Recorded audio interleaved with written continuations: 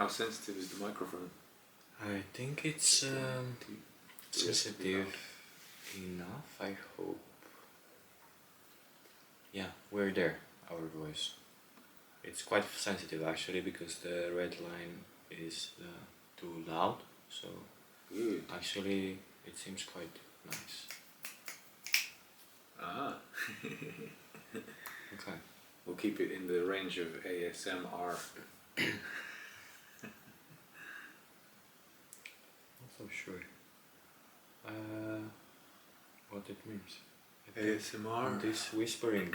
Yeah, it's when people make this sensitive sound for people to enjoy, that gives them the tingles. Okay. Do you know what it stands for though? No. I mean, yeah, based on what you said, I can understand. I think it's something like ambient, sensorial, magical recording. Oh, maybe ambient sound, magical recording. Yeah. Yeah. And you have the right voice for that. You should try and look into this kind of field of creativity. I was thinking actually, not specifically about this, but I've been reading bedtime stories to some of my close friends some years ago. Sometimes I do it, I think I did it last year also, but rarely. Yeah, that's definitely part of the trend, bedtime stories. That would be a great channel. People would be millions of subscribers. Yeah. Trend? What On YouTube or on the internet. is it? ASMR is huge. Yeah, people are looking for this kind of relaxing experience. Okay. Alright. Sometimes it's just like scratching some kind of nice surface, you know, the feeling of that very close-up recording. Okay, I haven't. I heard about it, but I didn't know it's this big. So, what's your favorite bedtime story? Alin, I'm getting to know you, so this is a more intimate question. My favorite bedtime story is one told to me by somebody who cares to harmoniously put me to sleep, no matter what they say. Absolutely. True that. Good answer. No matter the story, the intention is what counts. Yeah, and the state of being while doing exactly, yeah. In the school of my meditation practice, the master is always saying, or not always, but he said it once or twice, that the expression can be anything as long as the mind is pure. Then actually it comes from a place of goodwill, compassion, kindness, loving kindness. Even if we are in a state of rage, with a pure mind, there is no danger. That's interesting. I had this conversation a bunch of times with some people, because sometimes I use words kind of in an opposite way, which, if people don't know me, they could easily think that I'm talking nonsense or I'm being rude. Actually. Can you give an example? Yes.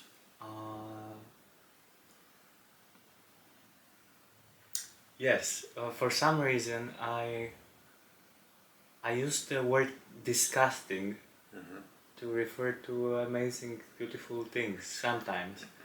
Like, oh, that's a disgusting dog. Oh, but I say it in a way like, no, it definitely is not what I mean. Yeah, okay, I see. But, yeah. And some people told me, and I talked about this, like, yes, I do understand you, and it's true that words get so easily misinterpreted and we get cast away from the meaning.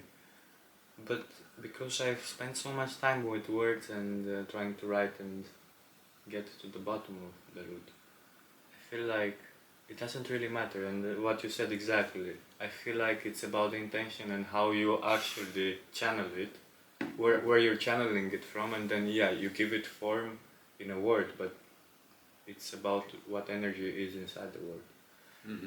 But still, that's true. At the same time, it's also true that words can easily get manipulated or misinterpreted by other people who are not so open-minded, and this is where I fail to, or where I need to do some adjustment, because of course it's how we are being perceived. Yeah, first you gotta make a accurate calculation of the recipient's standing or grounding capacity, where to apprehend your depth or not. If they are skimming along the surface, you have to be able just to help them to be carried along the surface and not give them too much heavy work. I find the same thing whenever I'm discussing strong emotional topics, that those people who are skimming along the surface, they tend to go very fast in different directions, and they avoid the heavy truth of the moment. They just want to have a accelerated version of their own belief system and hop from one to the other. So to stay comfortable in their own labyrinth, and you can't blame them. That's also part of life, to first explore this kind of modality of self definition. I met a guy recently in Poland who turned out to be like that. We were talking about the old world, because I said to him, in Warsaw I'm really appreciating this ancient architecture from the Tartarian Empire, and he just immediately started to go into this craze of denial, like, oh no, you believe in that, la la la. He's from Australia, so like he just went into this really quick Australian accented rant at me, but he did have a few beers or whatever before that, so he was kind of under an influence, and I was not at all. So I was hoping for a genuine reflection on that topic. It's quite fascinating for me how the old buildings are so much more magnificent in the style and material. I hear that. And in Warsaw, for real, there are many examples. I was there just for a couple of days, and I felt it, the connection. I also feel that we are on a path of downgrade when it comes to art, and beforehand, before technology and all this stuff, well, before the industrial era, which is quite recent, people cared about their craft. We had artisans in so many directions. Now, recently, it's coming back a little bit. You see young people getting into weaving and making clothes, and revival of traditional instrument making and crafts that maybe went away almost completely, which I'm happy about. But when everything is fast forward and just everything is so available and mass produced,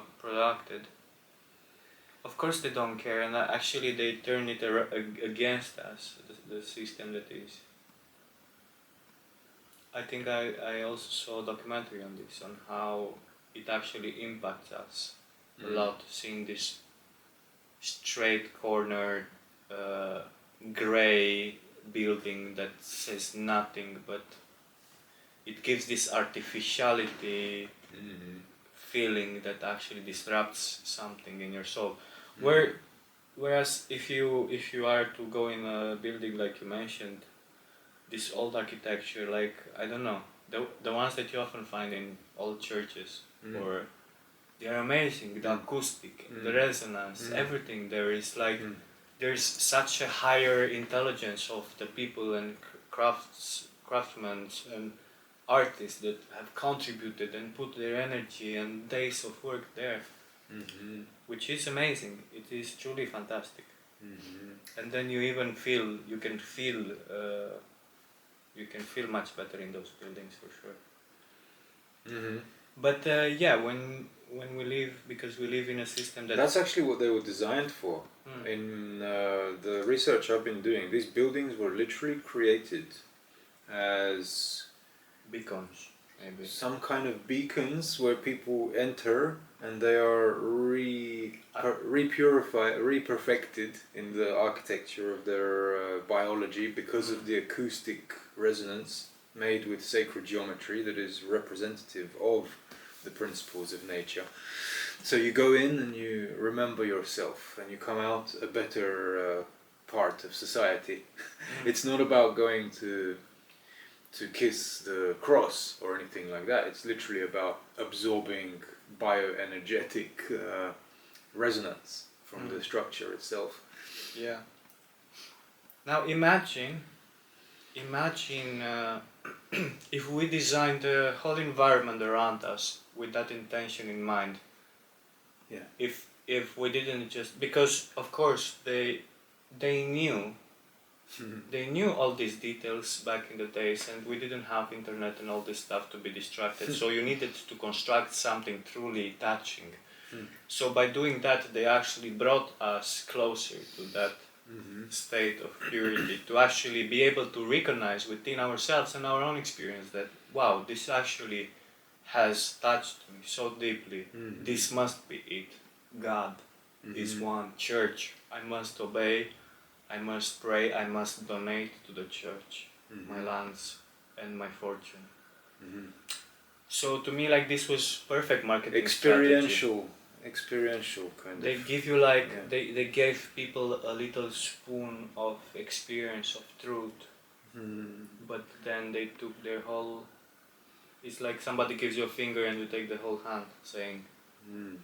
So I see what they did there, but it's amazing, and I can only imagine what we could actually achieve as a species here. Yeah, you're saying to design the entire existential experience with this knowledge, that's a pretty amazing dream that should come back into our reality this decade, I hope.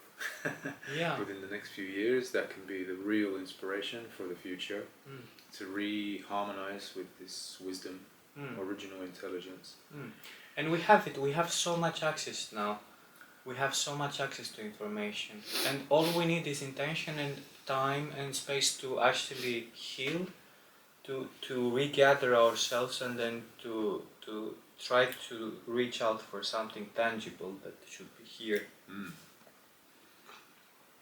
And I think it has to come, because we're living in such ages now that everything is just crazy. We need guidance. I think the younger generations particularly need good guidance. I'm curious how you were yourself guided into your path. Can you summarize in one tunnel how you arrived here? From where? Well, who helped you? I think I did a lot of self-help, and actually I think maybe one of few people who manage. I will tell you, I'm coming from a moment that has written into my take on life fundamentally, which is a core memory that is at the base of me being today. I was 3 years and a half walking with my mom and grandmother. Walking on the sidewalk. We had street on our right, park on our left. Okay. And I was mesmerized with nature, with trees, with flowers, with the greenery of the park and the birds, and I was like, wow, you know. So this was a daily walk in the same place? I don't know. Did you I don't remember daily stuff. No, I mean 3 years walking, you can go pretty far, but I mean, was it in one area or was it I was of age, 3 years and a half. Okay. I understood for 3 years you were walking with them. No, amazing. So when you were 3, you were walking with your grandpa. I was about before 4 years. And that was a contact point for you with nature that you remember now? Yes and no. I remember this thing that I was mesmerized with the nature and the beauty of it. And suddenly, my eyes caught curiosity over an object that was laying in the grass. And that was actually a banknote. I didn't know what it was, so I asked my mom, "Hey mom, what is that? Wow, what is this doing? What is this?" And both my mom and my grandmother, I remember their reaction to this day. I felt it in my soul. They were like, "Wow!" Because it was a lot of money that time, actually. It was a big one, huh? Let's say it was like 100 euros today, or 100 euros today. That's pretty big still. Yeah. And back in those days, it was a lot of money indeed. But to me, like that moment when I sensed their emotion so strong, so strongly triggered by something that to me it felt so it felt already so worrying, and in that moment right there, I started to question everything. Wow. I lost my trust in my guardians, my mother and my grandmother. I suddenly was like, okay, something is off here. Is there like something is missing here? So I was constantly brought up that way in myself with my own truth and my own anchor in my soul that has guided me and kept me close to the truth. So I was actually,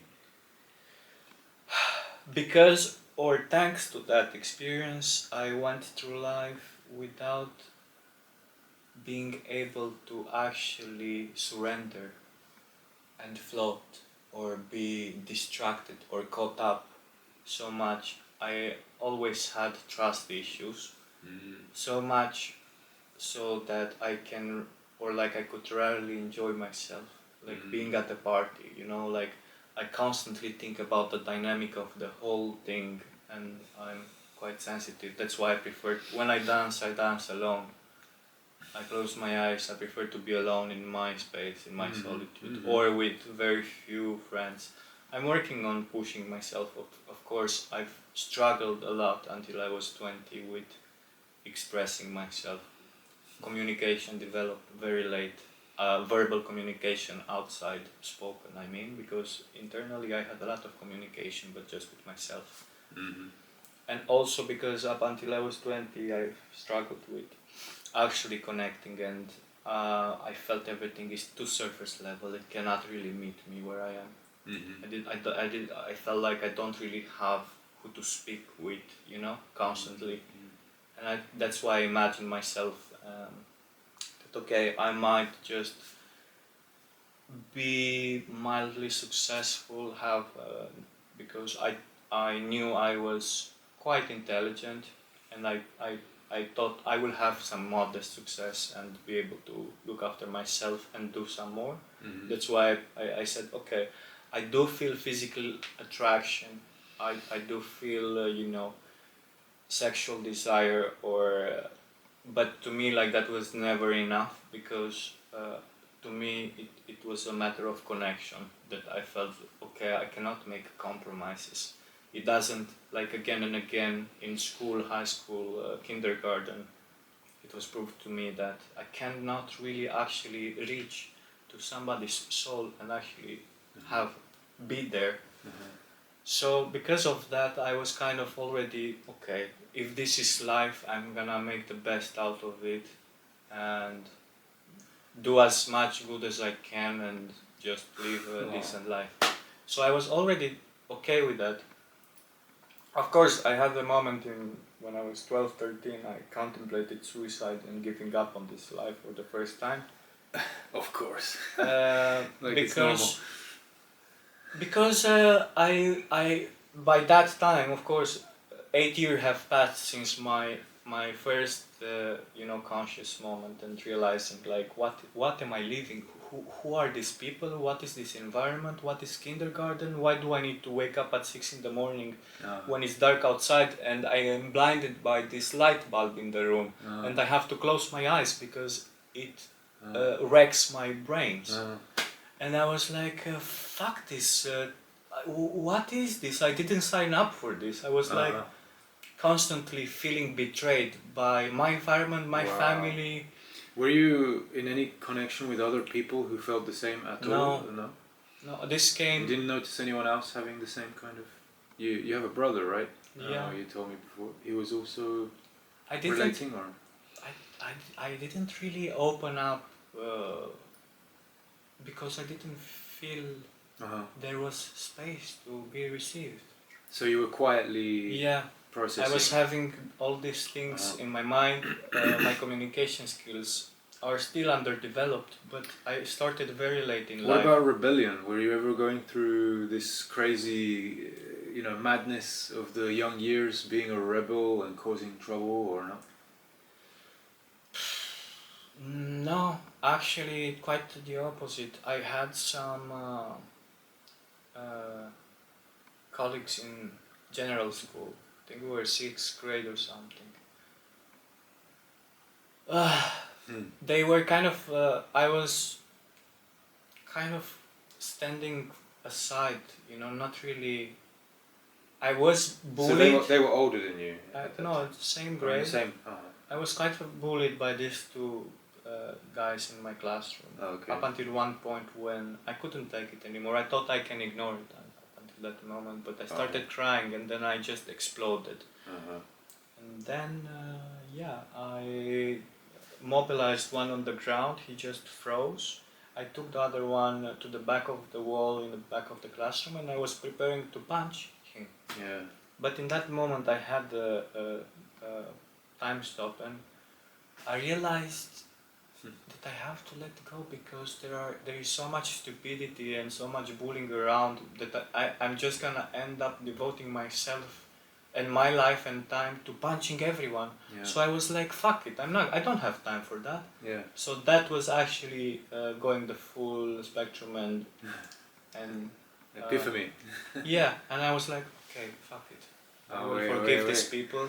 Well done, man. I will forgive myself and I'm finally at peace, and from that moment on I was not triggered anymore, like people swearing or cursing me about my mom, my family, myself, gods, whatever.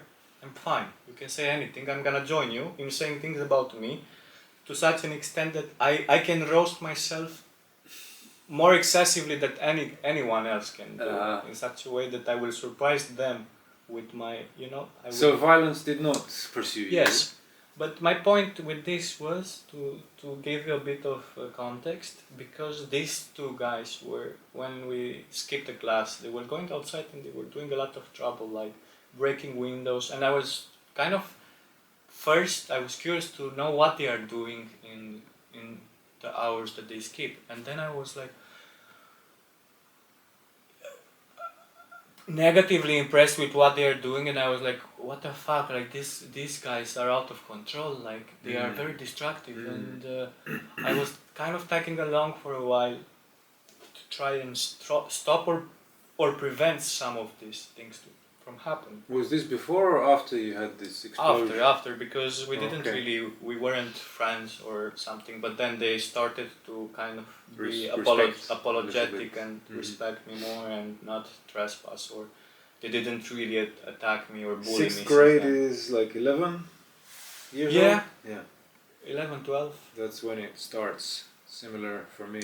But yeah, just to say that I was not really rebelling. Like my only rebellion was internal, in a way that I was just, I couldn't stand or accept ever that this is actual, that this is reality, that this is normal, that this, like I was constantly mind-boggled and that disrupted by this, and I could never just forget about it. I could never just be at peace and, I'm just gonna go with the flow and see what happens, and go there, speak to that. It was very hard for me to be, especially because when you go out, I did go out a lot, but discussions were quite superficial. I mostly kept to myself, and I struggled with communication also. Do you remember anything which particularly kept you sane during these times? Or in some form of hope? Well, outside of your own willpower? I don't know. I a lot of things. A lot of things. When I was 12, 13, I mentioned the contemplation of suicide. So I was asking my soul, and I was asking the universe and whatever is here and there to give me some sort of clue, some sort of like help, give me a hint, something. And 3 words came back to me, came into my mind at some point, random day, random moment. And it was something to do with aspire to inspire is the English version. Wow. And I was like, I didn't really understand. What's the Romanian version? So, The original version. I don't know. It's not as good as English, but basically,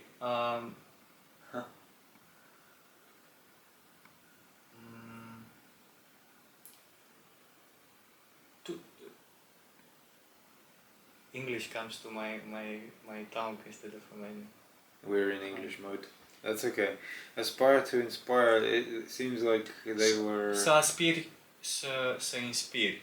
Ah, so it's similar sounding. Okay. I would say. It's a good motto. Yeah, I think so. Because that's also kind of what I missed. I didn't really understand, but it kind of gave me some peace. Then I had to enroll into high school. I kind of got lost in everything and the speed of it. But it was enough in that moment to give me some peace that I actually haven't really understood or processed. Okay. So you have some pretty poetic guardian angels. And then the other thing I think that helped a lot was I was also realizing, especially in general school, between 5th and 8th grade, that I am spending a lot of time on the computer and not going out as much because I started to not feel so impressed or called into going out to hang out with other people because there was a lot of violence and bullying, and I was like, okay, I'm gonna go out wanting to play football, but this will escalate and some guy will have some drama issues about him being the alpha dude, but then there's another competitor to be the alpha, and somehow I'm gonna be there, and this is gonna be going down. Not cool. So I was like, fuck that shit. So I realized that I need sport in my life, and I spent way too much time inside, and I pushed myself to start athletics. To start sport, and that was one of the greatest decisions of my life. You joined the club or what? I joined the club. Team. I joined the sports club, and I started running. And I did it long distance? Very long distance. How long? What, like the 1500 meter? That was rarely the case. 3, 5, 10 more. 3 was mine. That's like running all day long. Yes, I did a lot of running in my life. Oh my! And it was amazing, and I think it took me places. It gave me opportunity because my family didn't really afford to go for holidays and stuff, not even in our own country. So I started to see cities, to learn about my country more, to have more, freedom to move around and to go and run and be with other people that share this common thing. And it was really helpful. I think it really helped me and opened a lot of pathways in my brain. And I think oxygen, the delivery of oxygen to your body and your cells does a lot. I want to do some running, yes. It used to be a favorite hobby of mine with drum and bass music. It helped me to keep a good tempo and lose myself in the oxygenation sensation.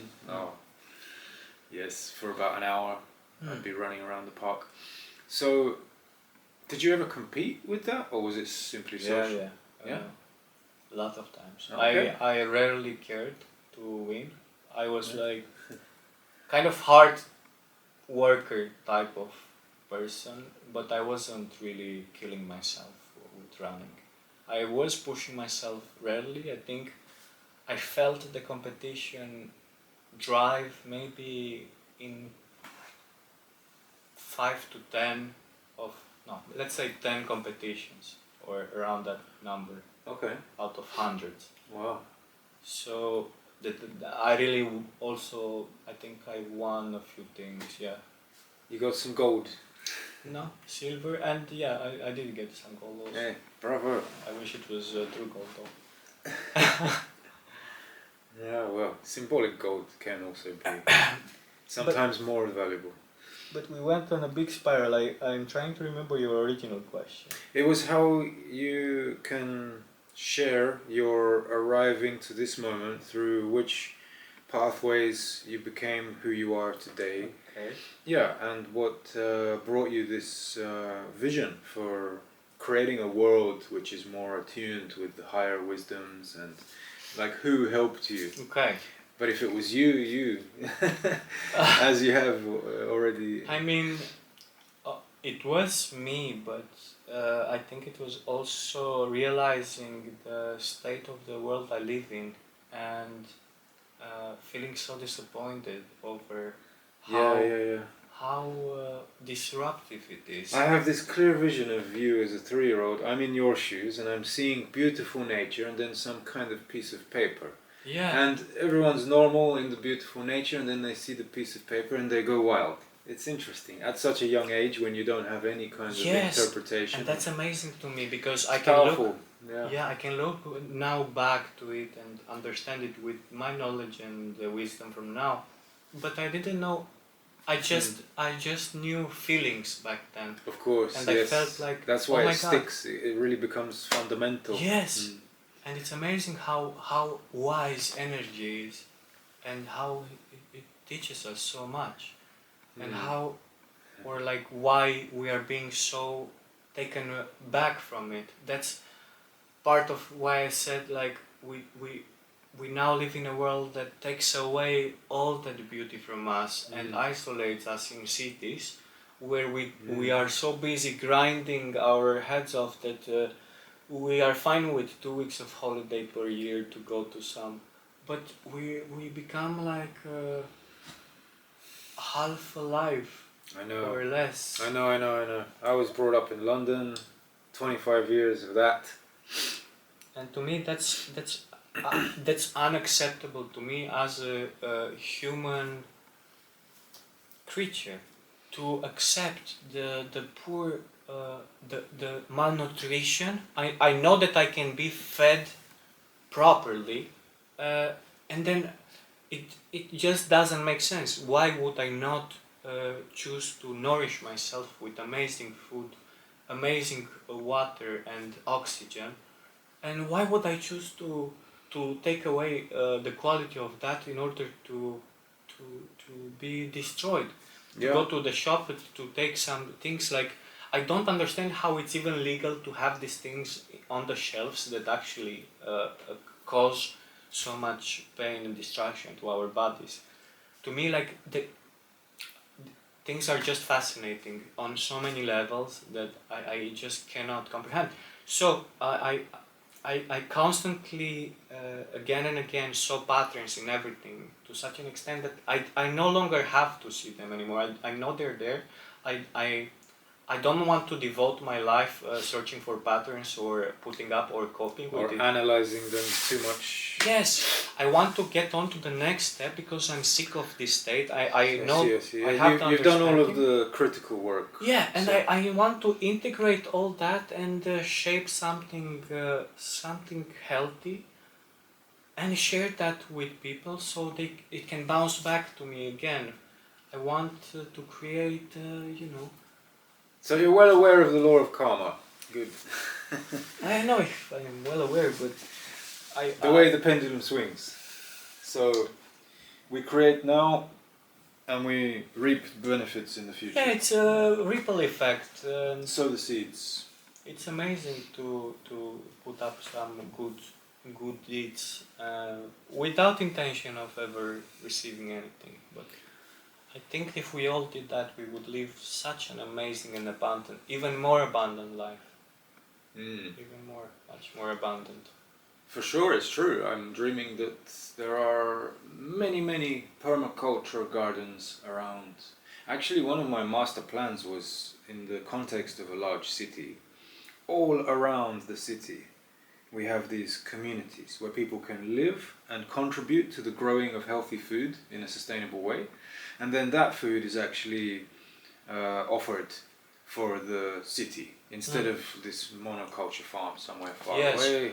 Amazing. I had kind of a similar idea to close to the city to make kind of pitch the idea to the city and the people of the city to invest into common welfare, so that we can buy some land, have like a common garden where everyone can go and have some little area to grow whatever they want. They have that in many places. Yeah. The allotments. That's a beautiful thing that already does exist actually. Yeah, it could be much people need more space for that. Yeah. Because there's a waiting list. Usually people are too many signing up for this thing, and whoever has it for a long time. So in and around the cities, all of these interactive gardens can be introduced for the purpose of creating nutritious and delicious food. Yeah. And then also eating together. Why not having gatherings where we communally share meals, and not only with our immediate family, but with the broader. That's also a thing I hope to achieve with what I and how I want to create it. This embassy of connection concept. The embassy of connection concept. Yes, let's move on to this. The embassy of connection. First and foremost, the name itself is awakening. It makes a nice feeling. Embassy of connection. It sort of combines the traditional nuance of global civilization with a more spiritual counterpart of meaning. Yeah. And it's also kind of a form of activism in itself, the combination of the two, because we have embassies for countries that actually don't represent us. So I was like, okay, I see what you did there. I'm gonna turn that idea around and mirror it back into the world. So that's how I came up with it.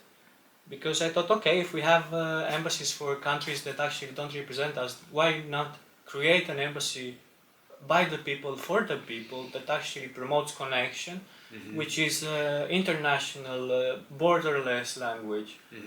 And then just, develop that with the people who actually want to invest and develop the idea further. And yeah, that was How does it look as a establishment? What would be the brick and mortar of this concept? I would choose not brick and mortar. I would choose natural ingredients. Oh, hemp bricks and cob. Cob. Thank you. That could be the brick and mortar. Yeah. Thank you. Or straw bales. I think it's a good option. I think what I want to do is to make it very intentional, especially in the development stage. I would like to not just have it as a space like everyone can go in, like a public pub where you can go for a pint of beer and be a jackass with the people there. I don't want that. I don't want to be so open like, come and get me. So it's intentional. I want it to be intentional. Yes. I want it to also be promoting. This is like a unlimited things that I want to achieve with this embassy. So it's very hard to give you a straight answer. But I want to most importantly educate and share knowledge around leadership and initiative taking and critical mind, and plant seeds of especially these ingredients, because they are the fundamental thing that can keep it going in a healthy, sustainable way beyond you and me. Because I want it. I want to let the idea to let the seeds grow in such a way that if I die today or tomorrow, the thing can keep on going. Because to me, all these years, all my life, I have trying to conceptualize a way to do this. And I think this is finally it, because the point is I was thinking like my struggle was to find honest places, honest people that do honest, cool things. So I couldn't find them, so I realized, okay, maybe I should stop looking for them and actually create them. So I hear you. That's it. And to me, I want to create this opportunity because I'm sure there are other seekers out there who have very similar struggles. There is no transition place or barely any that you can use as a reference point. You said earlier in our conversation that young people need guidance. I am a young person, I needed guidance. I looked around me, I couldn't find guidance anywhere but inside my soul. My soul guided me, but I wished and I was craving for connection. I was craving for meeting people that I can actually are ready to listen. You're pretty lucky with having the ability to have the soulful guidance. A lot of people settle for some kind of role model or another which is available, even if it's not the one. So good you found that, and now using that fortune, I think the guidance for the future generations can come in a sense which helps them to find the soul searching instead of being a follower of somebody's ideals. Yeah, that's a very good and important topic. Why I refer to it as critical mind, leadership and initiative taking, it's because... Can you repeat that slowly? Those three things? Leadership, critical mind and initiative taking. Okay, leadership, critical mind, initiative taking. I think you could find better terms could be found for these things, but I think they are the most important because, especially because of this. In order for a functional, sustainable system or community to work, I contemplated on this a lot. And these are the three pillars that are needed, I think, because... 3 pillars, yes, I see them kind of like modules. I think maybe there are more, but these are the most important because they assure the continuity of it in a healthy way, because having followers is absolutely dangerous. Cultivating... Proven. Cultivating a form of organization in which somebody is the leader, the recognized figure of leadership, is very, very terrible and very dangerous also. It takes away the power from the people. It concentrates it in one individual that can be easily manipulated and over time, power corrupts. Yes, that's also the other downside. That of course you need like a very, very strong willed individual that has done a lot of work or continues to do the work. Yes, and maintains that level of work, which is a very challenging task, and I don't think many are up for that task, and we shouldn't. And I think shared leadership is the answer, because as I said earlier, if the so-called leader dies tomorrow, then good luck, everyone is going to, and I don't want that. I imagine a community as a bus driving somewhere. And there's a driver, but the point is not to have a driver. The point is to have everyone on the bus ready to drive and take that bus safely to wherever you're going. The steering wheel can magically appear in front of anybody on the bus. Yeah, that's also... At any point. Nice. It's a transient operating system. Yeah, that would be actually a very, very nice picture you're painting, Amazing. Hey, I have an idea, brother. We've maybe made quite a long video already, 45 minutes. These 3 modules, we can introduce them as separate recordings. So this can be something like introduction, if you like the idea, and then we can make a devoted video for each one, if you like. I don't think the length matters as much because I can split it afterwards. Okay. I can just... As you wish. I thought you were not going to make any editing, what you said. I'm all... You could. Actually, yeah, I can just put it raw, and other people can do the editing, They will be like, okay, these guys don't care for editing, so fuck it. I have some time, I know editing, this is gonna take like 2 minutes for me. That's So, yeah, maybe other people can do the editing for us. And for us all, not just for us.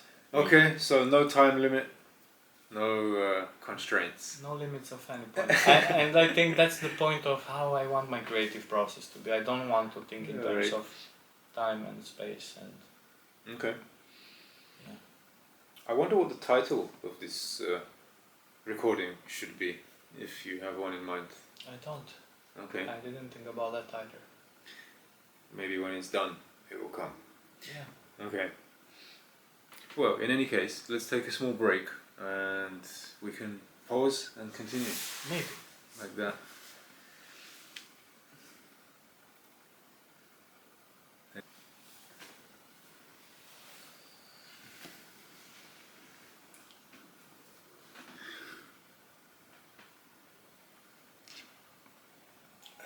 Back.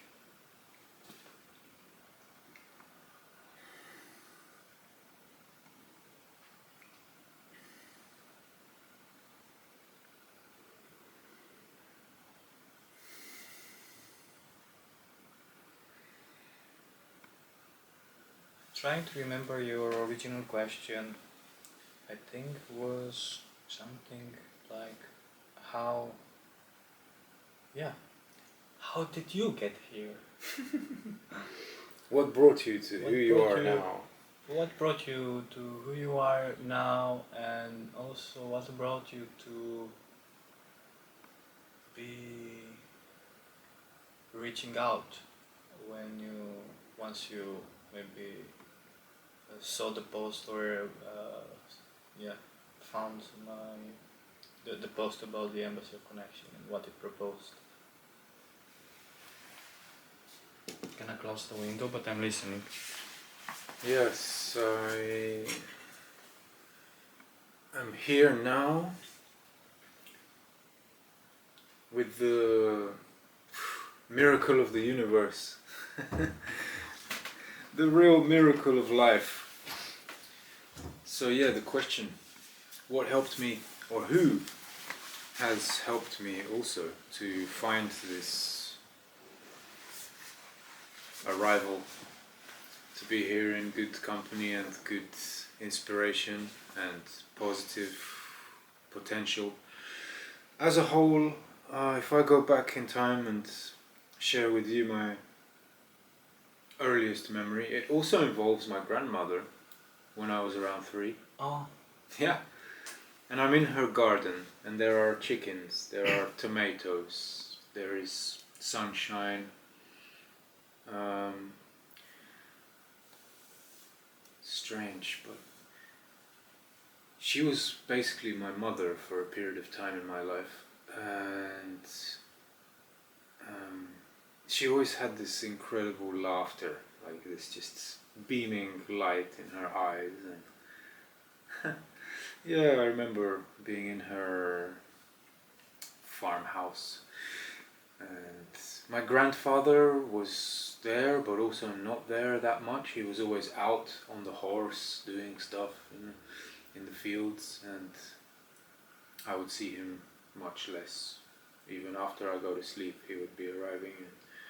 So I didn't form a bond with him at such an early age.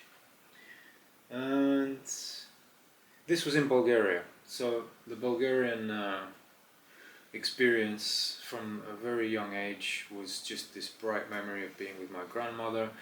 And I think around a year later of that memory, there's another one where we're saying goodbye to each other at a train station.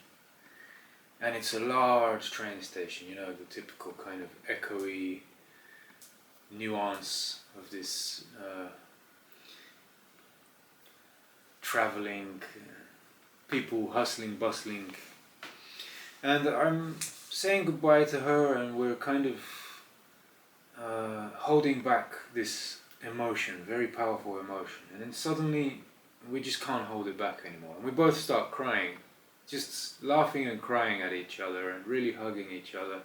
It was this very, very strong, raw, I didn't even know what it was. It was like the first time I experienced actual crying, conscious crying, I guess. Yeah, at a very young age, toddler. So we said goodbye because I went to live in London, and there is this little bit of discrepancy here because I was 1.5 when my auntie and grandmother took me to the UK. But this memory, I believe, was when I was 3, so I'm not sure how that happened.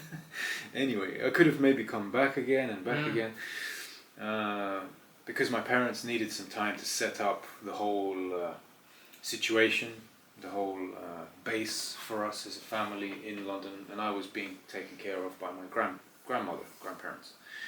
So, yeah, these memories are there with her, and also my mother told me stories how actually there was a point in time when I forgot who my actual mother is.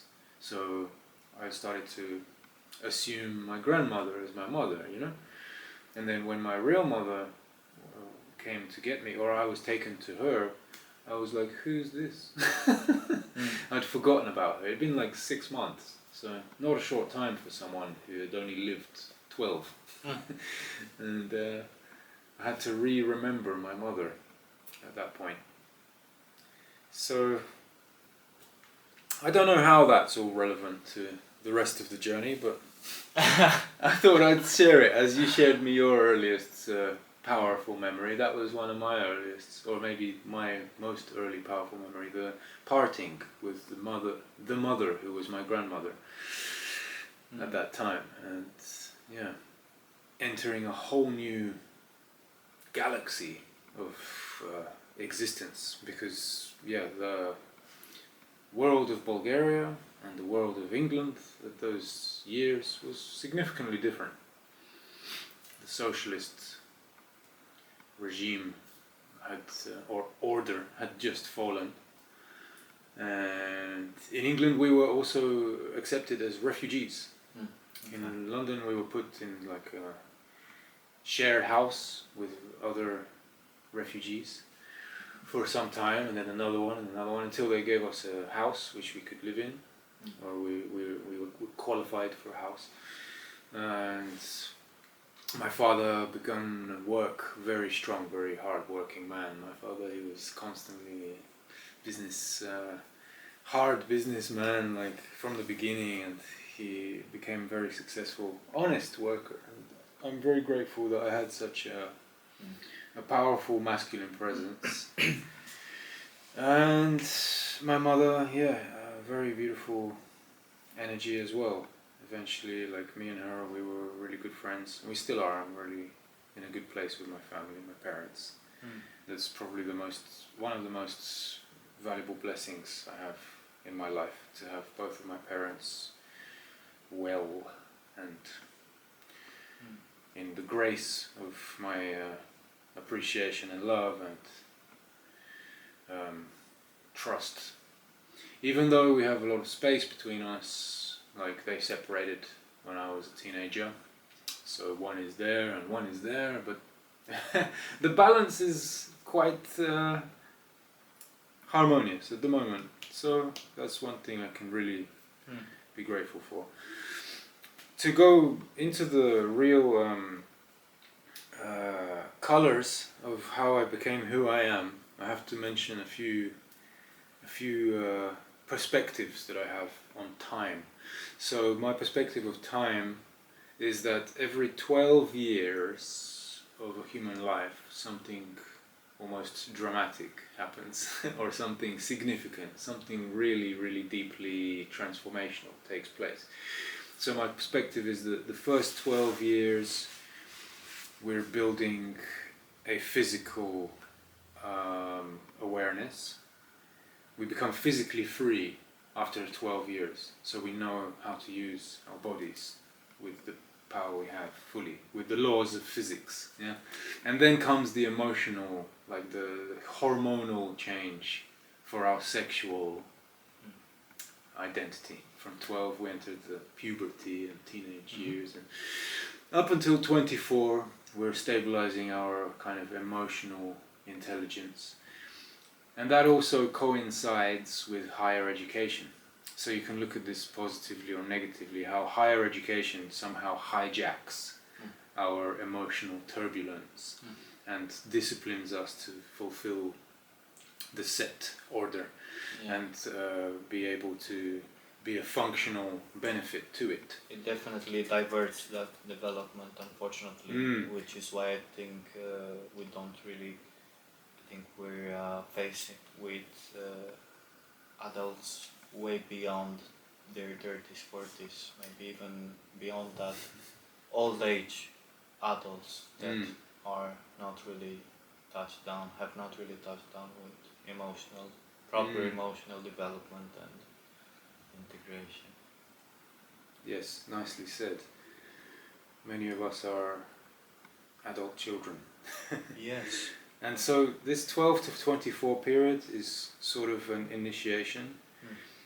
If we are able to maintain true acceptance of ourselves, this is great. And if we find someone who can help us to do that, it's a critical time. Yeah, I actually had good teachers. I've got to say, I had a few good teachers which opened me up to poetry.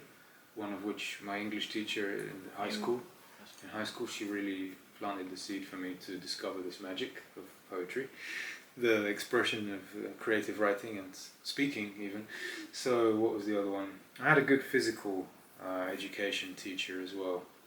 He was teaching us martial arts and different sports and Yeah, I think my time, the most challenging part was when I reached the age of 12 exactly. We shifted our living situation from North London to South London, and until that age I'd formed a very nice circle of friends. We were living in an area with beautiful places to play, it was safe, and my school was small and I was doing good. Going after my first 12, my first dozen of age, I went into the absolute chaos of the unknown. So we went from one place to another place where I had no connections at all, and I started a new school, high school, where it was huge. There were over 1,000 students. Maybe I think the actual number was 1,300 from year 7 to year 11. And then there were college years as well. So actually it was a big school, and it was a violent school. It was one of the worst ones in the area. And I'm there like the new kid who comes from a Christian school in North London. Like we used to sing the hymns in the morning, you know, together, which was wonderful, but also funny sometimes. And I was pretty smart, but at the same time not street-wise. All of these kids were already smoking weed, they were already drinking, many of them fighting and everything, you know, la la la. Ghetto school. But like anyone, I was excited for some new thing in my life. I approached the whole thing with some open-hearted confidence, and that got thrown straight back in my face. Totally, I got completely like, I had pretty much no friends for the first year, except for one brother. One brother we connected because he was in a similar situation. He was also moved from another area to this area. And suddenly we were like the only ones who didn't have any other connections, and we became connected naturally. And then we protected each other, helped each other, and gave each other a sense of humor towards the whole ordeal. Because the teachers were just useless. I was always coming home and telling my dad, my mom, this happened, that happened, what do I do? You know, asking for advice. And it was hard stuff, you know. They say, well, you have to tell the teachers and let them deal with it. Every day I'm reporting, every day I report, and they don't really do anything, you know. It was this crazy situation that the teachers themselves were actually high and drunk or absent. Wow. Many of them were depressed. They were scared to come into school. So, do you know what happened? After 1.5 years of being there, they introduced a brand new principal something had to be done about this school because it was it was becoming a big problem, you know. And they introduced a new headmaster from Germany. Ah. His name was Mr. Hume. Hume or not much? Hume, Hume. Yeah, but I mean, was he having a sense of humor or not Hume. much? I never looked at it like Hume that. or not Hume. much? Not much. To be Not honest, much. he came with the hard fist. Okay. He put all of the bad children out Oh, wow. for 1 week or something, and he told them, "You're gonna come back and you're gonna behave. Otherwise, you're moving to another school." Like the expulsion. Yeah. He also fired half, if not more, of the staff. Wow. And he brought in new teachers. I don't know from where. Actually, there was a period of time, I remember, we kept having new teachers. They kept experimenting with different teachers, right? Amazing. Until they find the right one for the classes, yeah. Who can control the place. Because they needed real specialists with discipline skills and to actually bring order from this chaos. And I was watching this happen. Oh, Wow. They put the cameras everywhere. Wow. Mm. So no one can tell a lie, you know. No one can say, no, he did it, I didn't do it, whatever. Like, wow. Someone's there with a broken nose, they know who's going to be. Wow. Yeah. That's impressive that in that age they already did this. Yeah, I was 13 now when this was taking place, and I was watching this, and I'm like, wow, I'm witnessing a revolution in this school, for better or for worse. I was kind of happy with it because I needed a real continuation of learning. I was really in love with learning at the age of 9, 10, 11. And then suddenly I just went into chaos and I was like, what's going on? Like, how am I going to continue my passion for mathematics and science, and what about all this knowledge I have now? It's very tender. Where is it going to go? Is it going to even continue to live in me? Am I going to become a crazy person being here? Because I was turning to violence as well. It was unavoidable. I had to get into some fights and to get out of there. to get out of the misery. I had to really show myself, and that wasn't such a problem because before this period of being in love with learning, I was also quite a violent child. Oh. In my first primary school, it was a big one again, and there were many strange, individuals who were provocative, and I ended up being a violent kid in that environment, and people didn't mess with me. Actually, I was running a fight club. It was kind of like that. And then they put me in the better school where I left that behind and I became a good student. And then again in the chaos, it was kind of like testing. And so I found this balance after the head teacher came to redesign the whole circus of this school. I became fascinated with the world of theatre, with the world of performing. Wow. Drama, yeah, this was acting. What age? Actually, quite early in my journey. One of the best classes was theatre class. The age was around 13. Yeah, I was 13 when I had my first real experience of respect for that craft. Okay. On a higher level, because in my previous school also actually we made some productions which were just childish but also kind of great. I remember I played the role of a DJ with this big curly hair. They put a wig on me and I had to memorize pages and pages and pages of words. Wow. To share on the stage. Yeah, and I did a good job. I had a good memory, but it was child's play, you know. So in high school I had more maturity, I had the emotional power coming, so I could explore this craft with more material, with more feeling. And that's where, we had the good teacher for this class, and immediately I fell in love with that direction. So the school itself, because of these good teachers, it became a specialist school for theatre. And we were very well trained to develop our abilities of jumping into different expressive potentials to share some kind of truth from an entertainment grounding, from an entertainment perspective.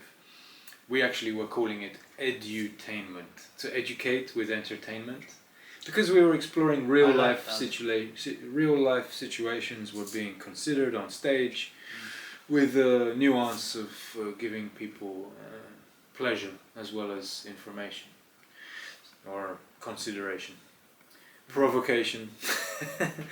It's an emotional spark which can give someone a whole new vision of themselves and their own life. That's the power of theatre. You watch some people who enter this frequency, and you see them and they can reflect for you something you'd forgotten about yourself, or something you'd never known about yourself.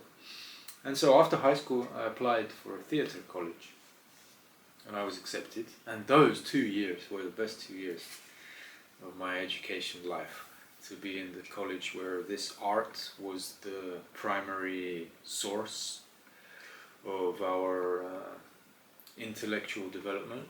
Reference point. That was the goal, to really become completely prolific with the whole creation and orientation of stage production. But also I studied movie making, so it was mainly theatre and also a module of film making. So I got to know a little bit about the cinema, which is kind of the same but very different, because you can just read what you need to do and go in front of the camera and do it. It doesn't take that much of a devotional, like to memorize the whole character is not necessary. You can kind of teleport in and out. But most people who do theatre, they are very much more involved. Screenplay is more editable. You know, you can do a generic kind of shot and then make it look amazing in the suite. So yeah, I was seeing these differences, but also you can do a lot more with communicating ambience to the cinema audience by using different camera angles and different tempos, music, and it's a lot more dynamic to make a film. You can include many more elements that are much more liberating for you to imagine and introduce. So yeah, this world carried me for 2 years, and simultaneously I was studying martial arts, more like fully involved twice a week with Kung Fu teacher, who was the best teacher I could have for such a thing at that time, who was actually going to China to study with a real master and coming back and teaching us everything. And Nice. this was a training which helped me to become more peaceful, actually, and more attuned to my environment, more sharp in my consciousness, and more confident with my body. I became very flexible and strong. So yeah, I was also lifting weights at the gym with my cousin. I became pretty big at one point. It's nice that you had all these opportunities and yeah. nice. Yeah, I did various number of sports before that. Swimming, that was horrific. The coach was just Paul, I still remember his name, was just insane. He would prepare us for competitions, but his approach was just like, come on, swim, go, come on. You know, you're going too slow. Get out of the water now. Come here, get down, do 20 press-ups. And it's like, okay, we're in military kind of regiment, and we're like 20 students there, and I was probably the slowest one because I joined quite late. Like all of them were very good, and I joined like a casual swimmer, and oh my god, I lasted 1 year. With this, almost like, yeah, but I didn't need it. It wasn't for me. It was something that actually was just interesting to experience, but all I wanted was something that would keep me strong and healthy. I didn't want to become a superstar swimmer. I hope those kids did. I don't know. I didn't follow much in contact with them, but I'm sure he could have made a real battalion of swimmers. Yeah, a Navy SEAL unit. His own dedicated special force. Yeah. He would take us outside of the swimming pool in the cold to do press-ups. Like if we were not going fast enough. It was pretty intense. So, yeah, that was one thing. Another thing was rock climbing. I did indoor rock climbing for a while, bouldering with no ropes. It's only 7 or 8 meters high, and you have the soft floor, and it's great to develop a sense of capability to go up. I recognize that. Yeah, I loved it. First few times when I experienced climbing on the rocks and not in the trees. Yeah, and you get some strong finger muscles and forearms, and you learn also incredible rules of gravity and body mechanics. Yeah. Like if you're hanging, don't hang with your elbow bent, so you don't use this muscle. You're just straight, and you let yourself be hooked to whatever you're hanging on, and you save a lot more energy. I love also the silence, the mental silence that comes with climbing. I love it. It's like, we tried meditation the other day, and it was like focusing on breath, but it was, it's challenging, or it was challenging for me to do so. But when I'm climbing, I'm just climbing. Yeah, you're in the flow of engagement. Yeah, much more really physically. Yeah. I'm there. This is a type of meditation which is focused on an action. Yeah, it's different. To compare the two, I would say be careful. A lot of people do that. They say, "Oh, I meditate while I'm washing my car," but you're not really, because you're in the flow of washing your car. That's also a form of meditation. However, the disengaged meditation is something quite different. So to actually move on to that's a very... I was one of those people. Flow state meditator. Yeah, I was like, well, I can meditate doing whatever. Yeah. I can meditate while running. Yeah. I know, it's a common thing. Alright, so I mentioned the climbing, the swimming, the kung fu, these 3 things, and the gym, going weightlifting. This was all pre-2012. So 2012 was the end of the Mayan calendar. I don't know if you remember this. I remember the craziness, and there was a movie with the end of the world. Sensationalism. It is always part of it, but it's actually a real cycle of the cosmic order, and 2012 was the beginning of a new cycle.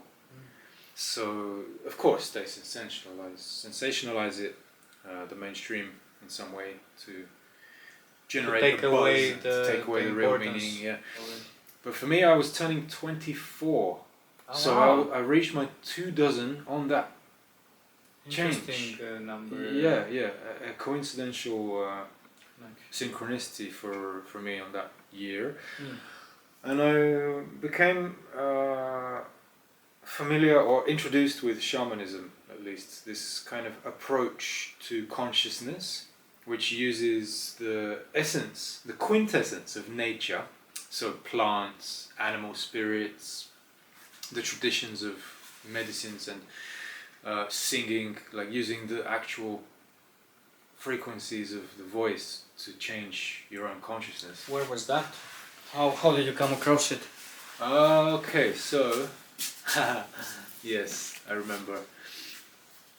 During my university, so after theatre college, I went to a university in Loughborough, which is in the Midlands. It's up towards Nottingham in England. So all of the time until that time I was in London, right? But after the College of Theatre, I decided to diversify the education training which I'm receiving, and my father was the reason why I chose to go to university, really. Otherwise maybe I would not have even continued, but a son has to make his father happy. How many you have siblings? I'm the only child. So. Oh, okay. And what kind of university was it? It was #1 sport university and top 10 business university in the UK. Okay. And interesting mix. I chose that particular place because a dear friend, a close family friend, she was just about to graduate there. It was her final year, Lily. She's like a little bit older than me. So I joined that university when she was in her final year. So I had someone who was able to kind of introduce me. Nice. Yeah, that was great to have someone to connect me. I didn't know many other people going to any other suitable universities that I wanted to pursue. So I thought, I'm going to jump from this reality into that reality, from theatre to business, and then I'm going to make a bridge and create a new reality. That was my plan, right? And it happened. It happened in the most bizarre way because, like I said, shamanism came, right?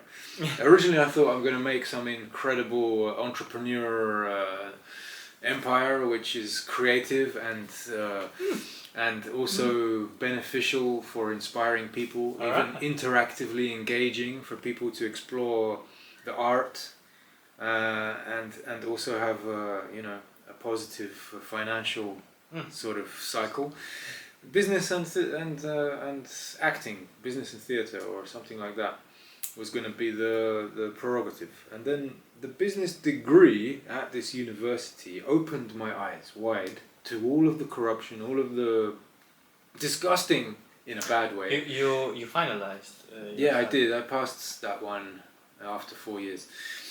It was a miracle. I was pretty determined to make my father happy, really. That's what kept me going. I just wanted to get this done so he can accept me as someone who's graduated, that he can be proud of, and that's it. After that, I'm free. And that's pretty much what happened. I haven't even taken the qualification out of the cupboard since I received it. Yeah, this degree is kind of something that helped me along my journey to becoming who I am, but also never really became so important as a whole. It's not the proof, it's not a necessary proof. But the experience of being there brought me into the realization that this world is built on manipulation, and when I say this world, I'm talking about the economically driven world. It's built on some pretty undesirable I wouldn't even qualities. Call it economical, I would call it capitalistic. Thank you, yes. The capitalistically financial driven world. Economic is a beautiful word. Economic is meant to be a beautiful word, Yes, it is. Yeah, the current capitalistic model of our financial world is in a bit of a disgusting formation. If you have a conscience. If you don't have much of a conscience, you can just accept the rules as being what they are and enter the game and continue life as a pursuit of success. Not for long, in my opinion, though, because the pushback will come. Inevitably, I believe the same thing. Inevitably, sooner or later, the pushback comes. The conscience is a super force which cannot be it cannot be neglected in the scope of time. It will be delivered to you, and then it might be too late to redesign the approach. So my approach became shamanism because while I was at Loughborough, at this university, it's like a small student town, like I said, close to Nottingham, I was entering a curiosity of plant medicine. So I started researching about different psychoactive plants,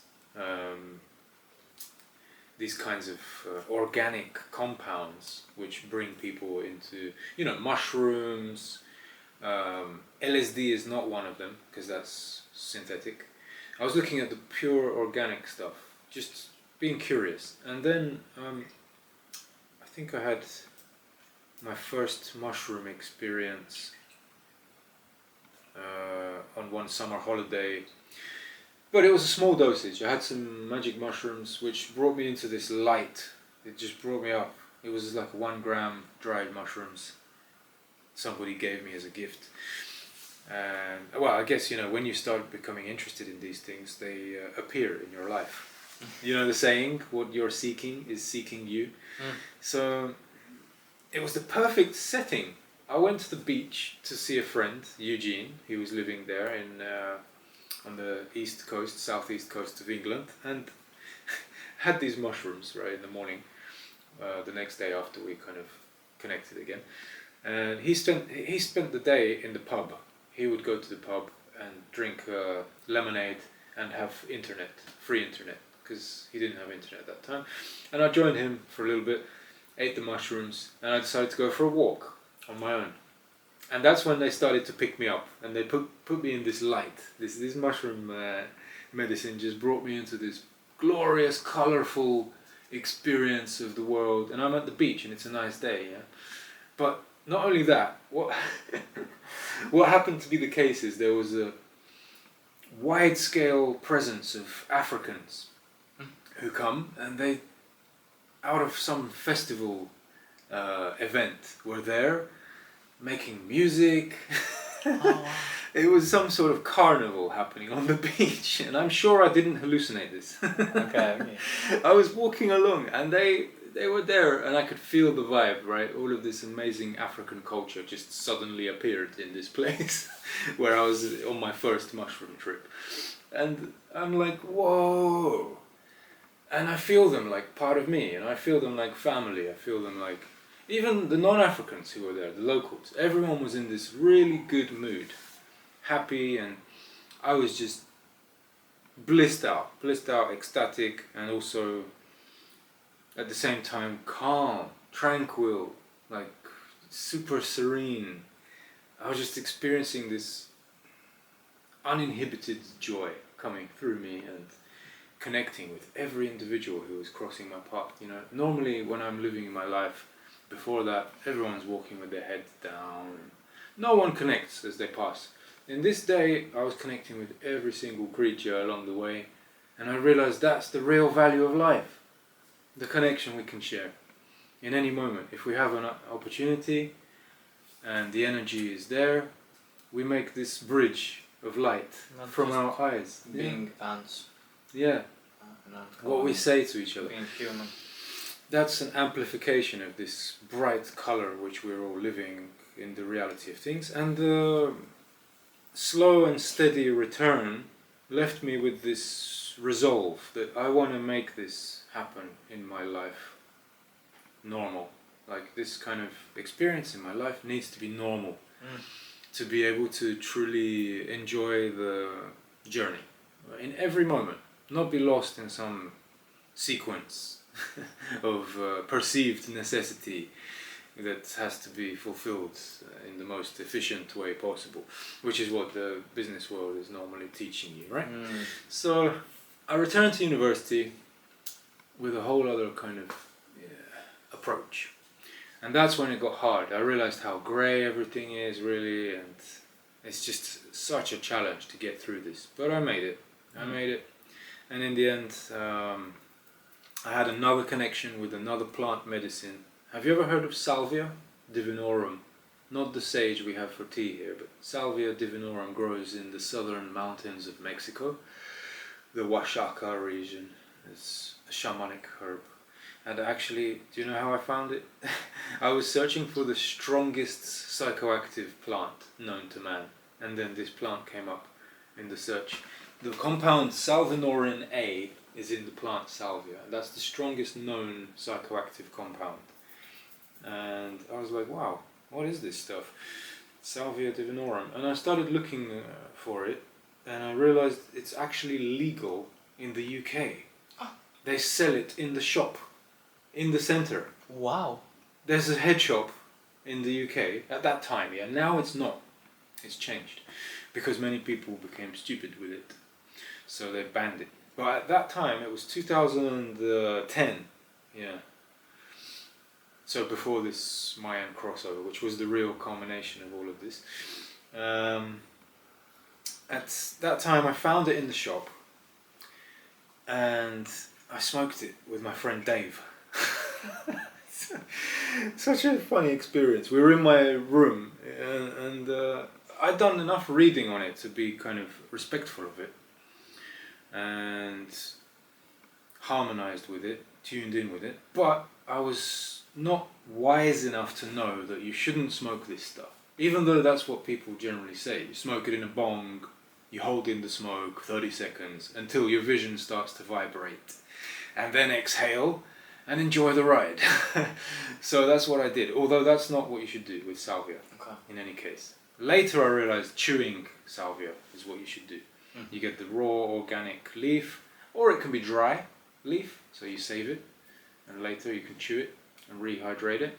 And for half an hour you chew the leaf. But with bong, when you smoke this hit, within 1 minute you're gone. And it lasts 3 or 4 or 5 minutes maximum. And it seems like an eternity, and you have no control. But if you chew it, you have control, and you have full memory, and it's a smooth journey. You can truly have the respect of the plant, because fire is a destructive element. Let's be honest. You put anything through fire, it's dismembered, it's disjointed, it's fractalized, it's kind of separated. Yeah. So fire is a separating element in many ways to the material world. So salvia needs water in order to bring you in a unified experience. So I was smoking it a few times at that time in my life. Thankfully, I don't know whether it's because I was approaching it in the right way, or she knew my destiny, the spirit of this plant, because every plant is a living intelligence, so that she was kind to me. But I had amazing journeys. The first one I'll always remember as just feeling like I was melting into the carpet, and I became part of the carpet. So many people express this type of experience where they become part of a surface, and they're there. They're stuck forever. They are the surface, and they can't move. That's so interesting. Wow.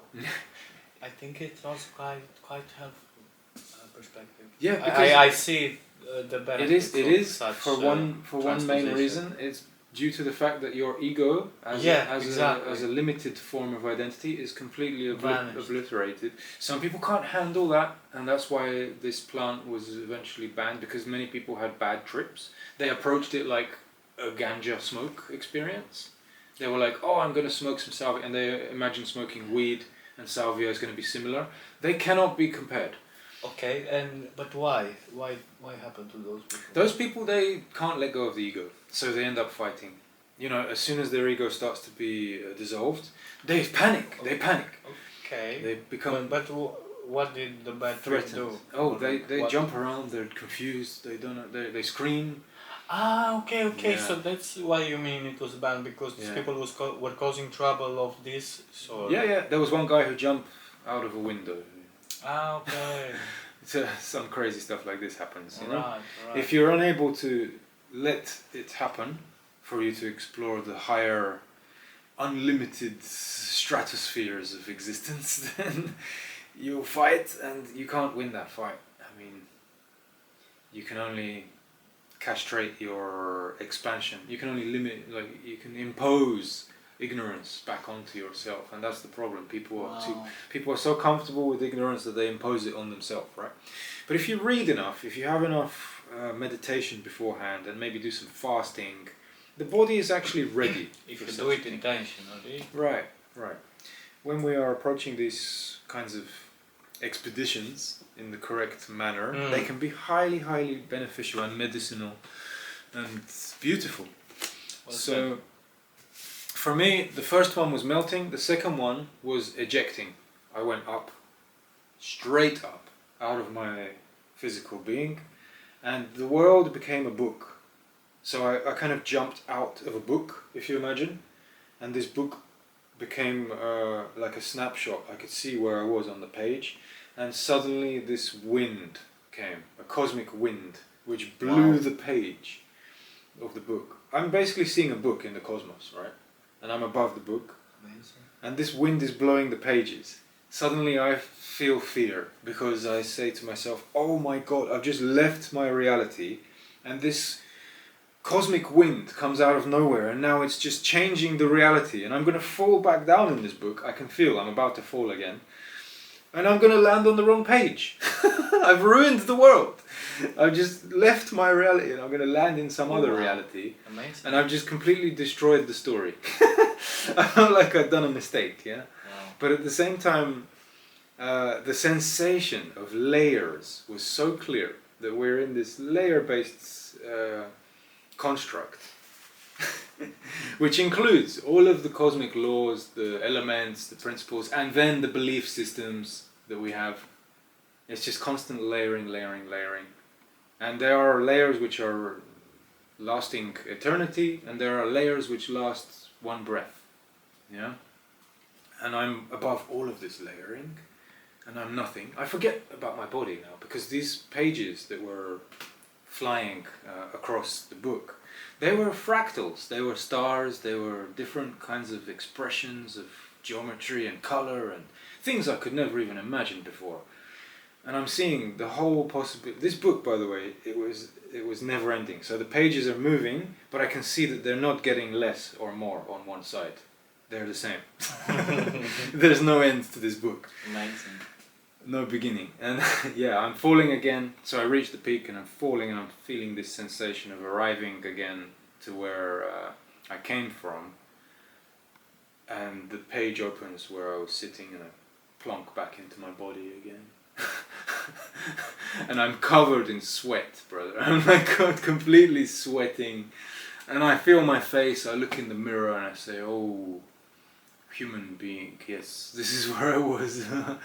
And I'm grateful. Wow. I'm really, really thankful that the right page opened for me again to come home. It was like a divine enchantment of the extreme. And that was the most powerful, one of the most powerful realizations that came from me.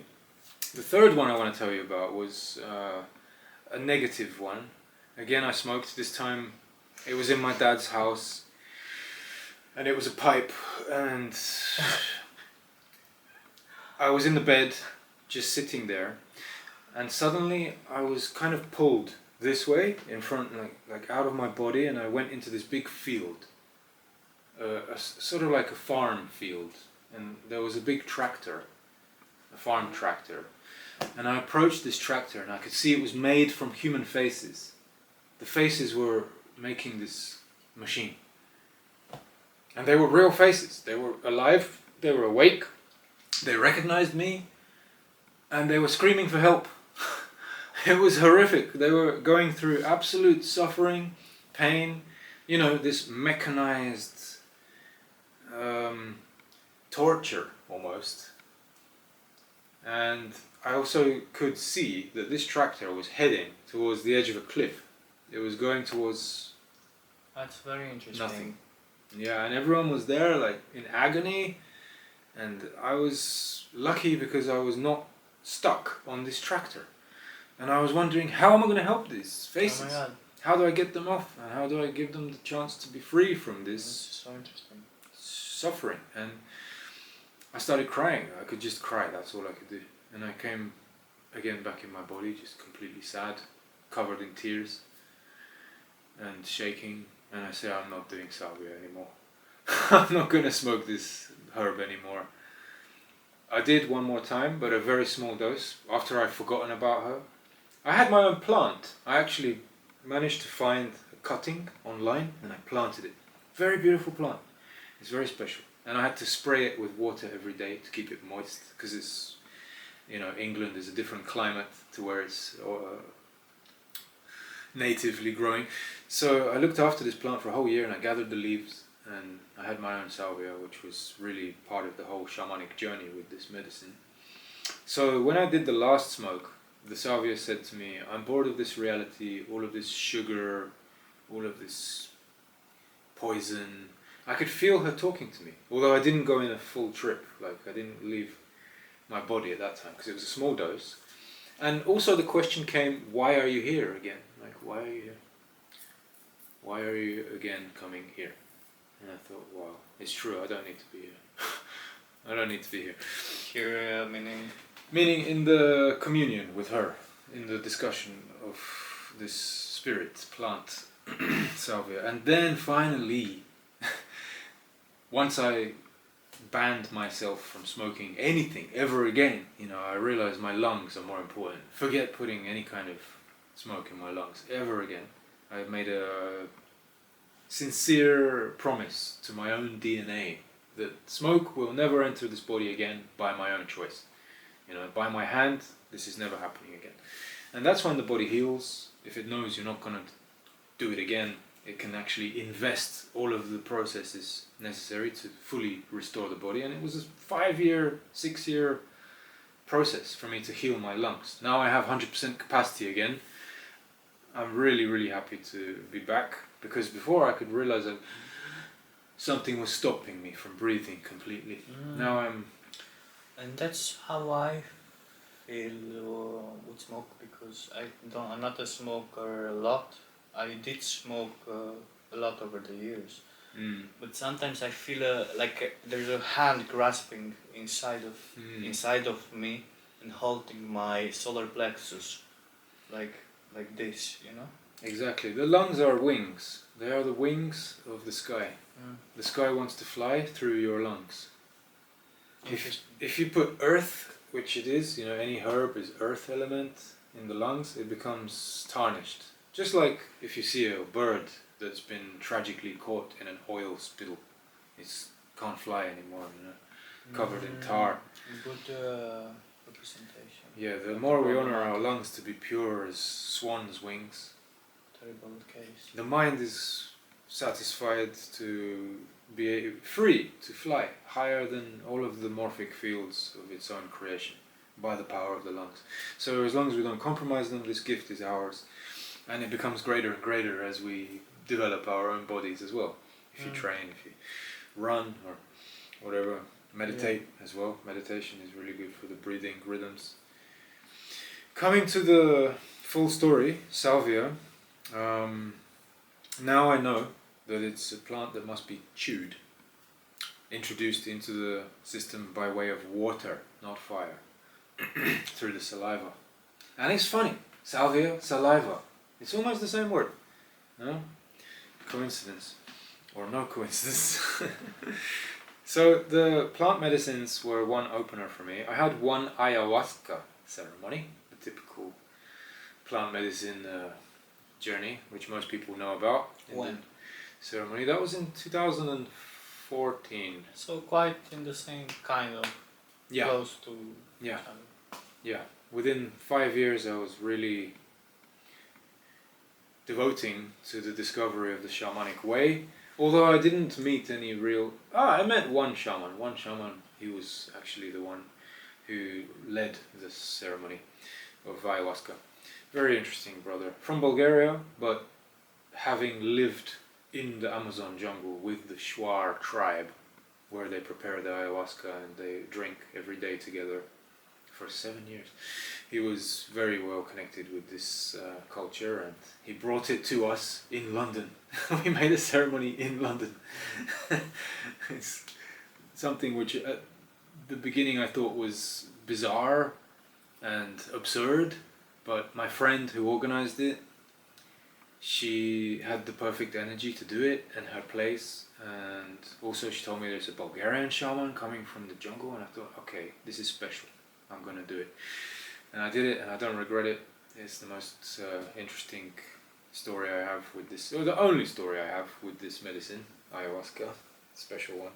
Somehow it's between organic and synthesized, because there is a process to create ayahuasca. You have to fuse two spirit plants. There's a vine and a bush or something, I don't know. 2 kinds of plants which are cooked together to generate this. It's a DMT plant and an inhibitor plant, which allows the body to enter this passage. Without the inhibitor, the DMT can't be assimilated, and without the DMT, the inhibitor doesn't act. It's interesting how these cultures even came to know this in the first place, how to make such an alchemy. But it's an organic alchemy, at least. It's not kind of like chemical alchemy. I think it is interesting only because we look back to the past a lot through propaganda and dogma, and how this time now it's much better than times before. But actually I have a different theory in which things were much more advanced, and like I see it with the denigration of art and spaces that we live in. Like we're going downwards, we're not going upwards. So what's like we're coming from somewhere, but it's like we're descending rather than ascending. Absolutely. At least in the in many ways. In many ways. That's why I feel like we knew much more back then. The artsmen, the craftsmen, the people with skills, the purpose of the soul was more present, I think. Yes, we were listening to nature, and nature was guiding us much more directly. Now it's in a bit of a mess. A bit of a complexity, let's put it that way. And so, okay, we got up to my story of shamanic medicine.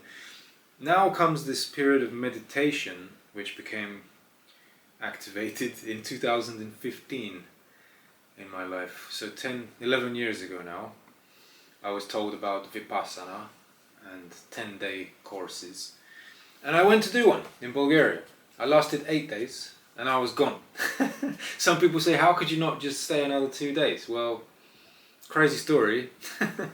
This comes at a point when I'd just stopped drinking, or I was thinking about, like I'd kind of began to stop drinking and smoking and eating animal products. That was a major aspect.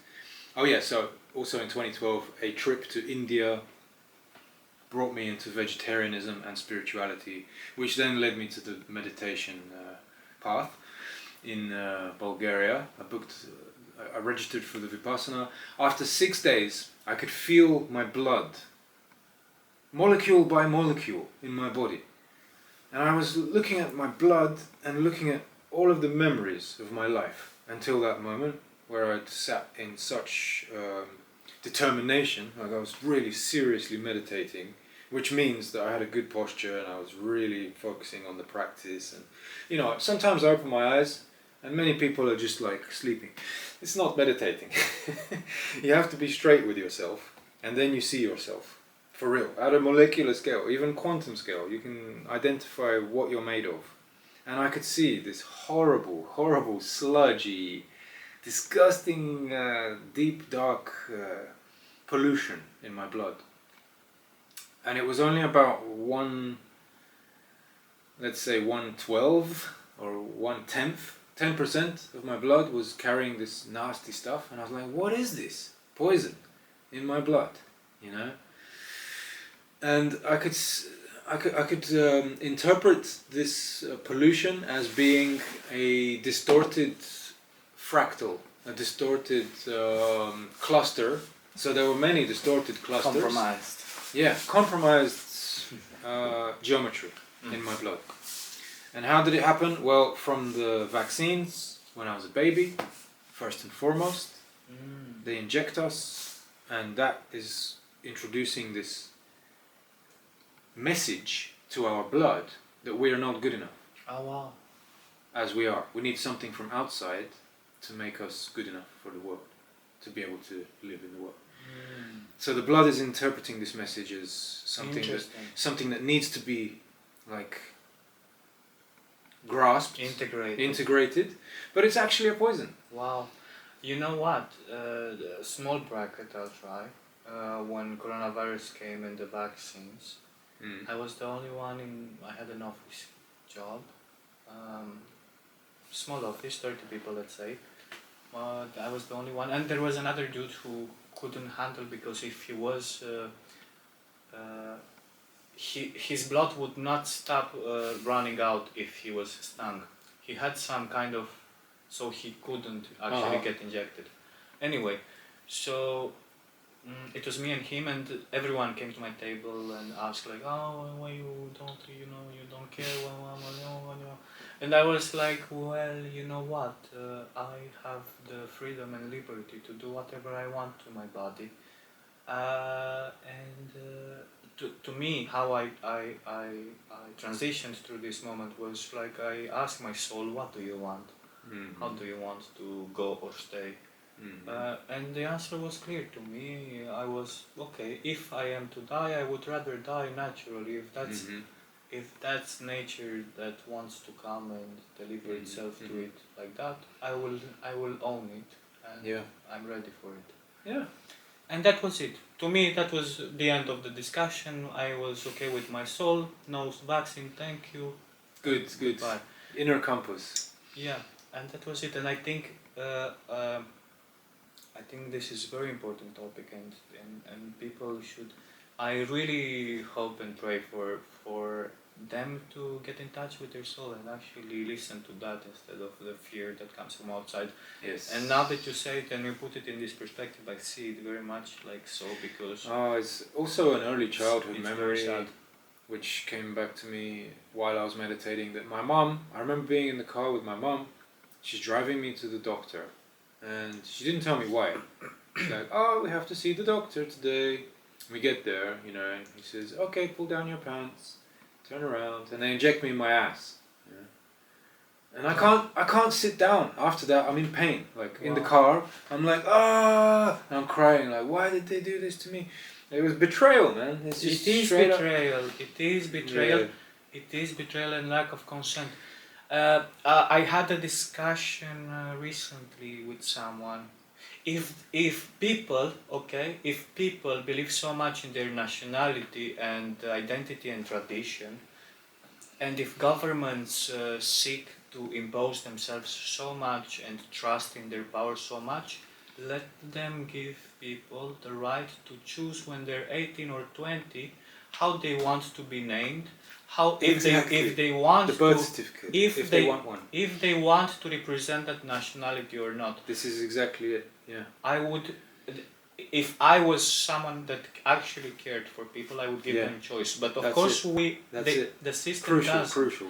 And then you have a choice to, okay, if you choose to become a citizen of our country when you're 18, until then you were like, in a transition, learning about it, and okay, maybe be presented with the project of our country, okay? Exactly. And then you have a choice. You can subscribe when you're able to. You can sign up. Yes, I want to be first of all part of this nationality, and then it comes with things that I have to do for this nation. Yeah. Like, okay, then that means if I take this nationality, I will have to go to the army now for 3 years to devote my service and then go and be massacred. Yeah, you give and you receive, but in consent. To me, it's a betrayal to be born, and when somebody asks me... You're hitting the nail on the head, bro. When somebody's asking me where I'm from, I answer I'm from my heart, because that's all I can grasp for, all I've got, or all my identity comes from here. I normally tell them from your imagination. Where are you from?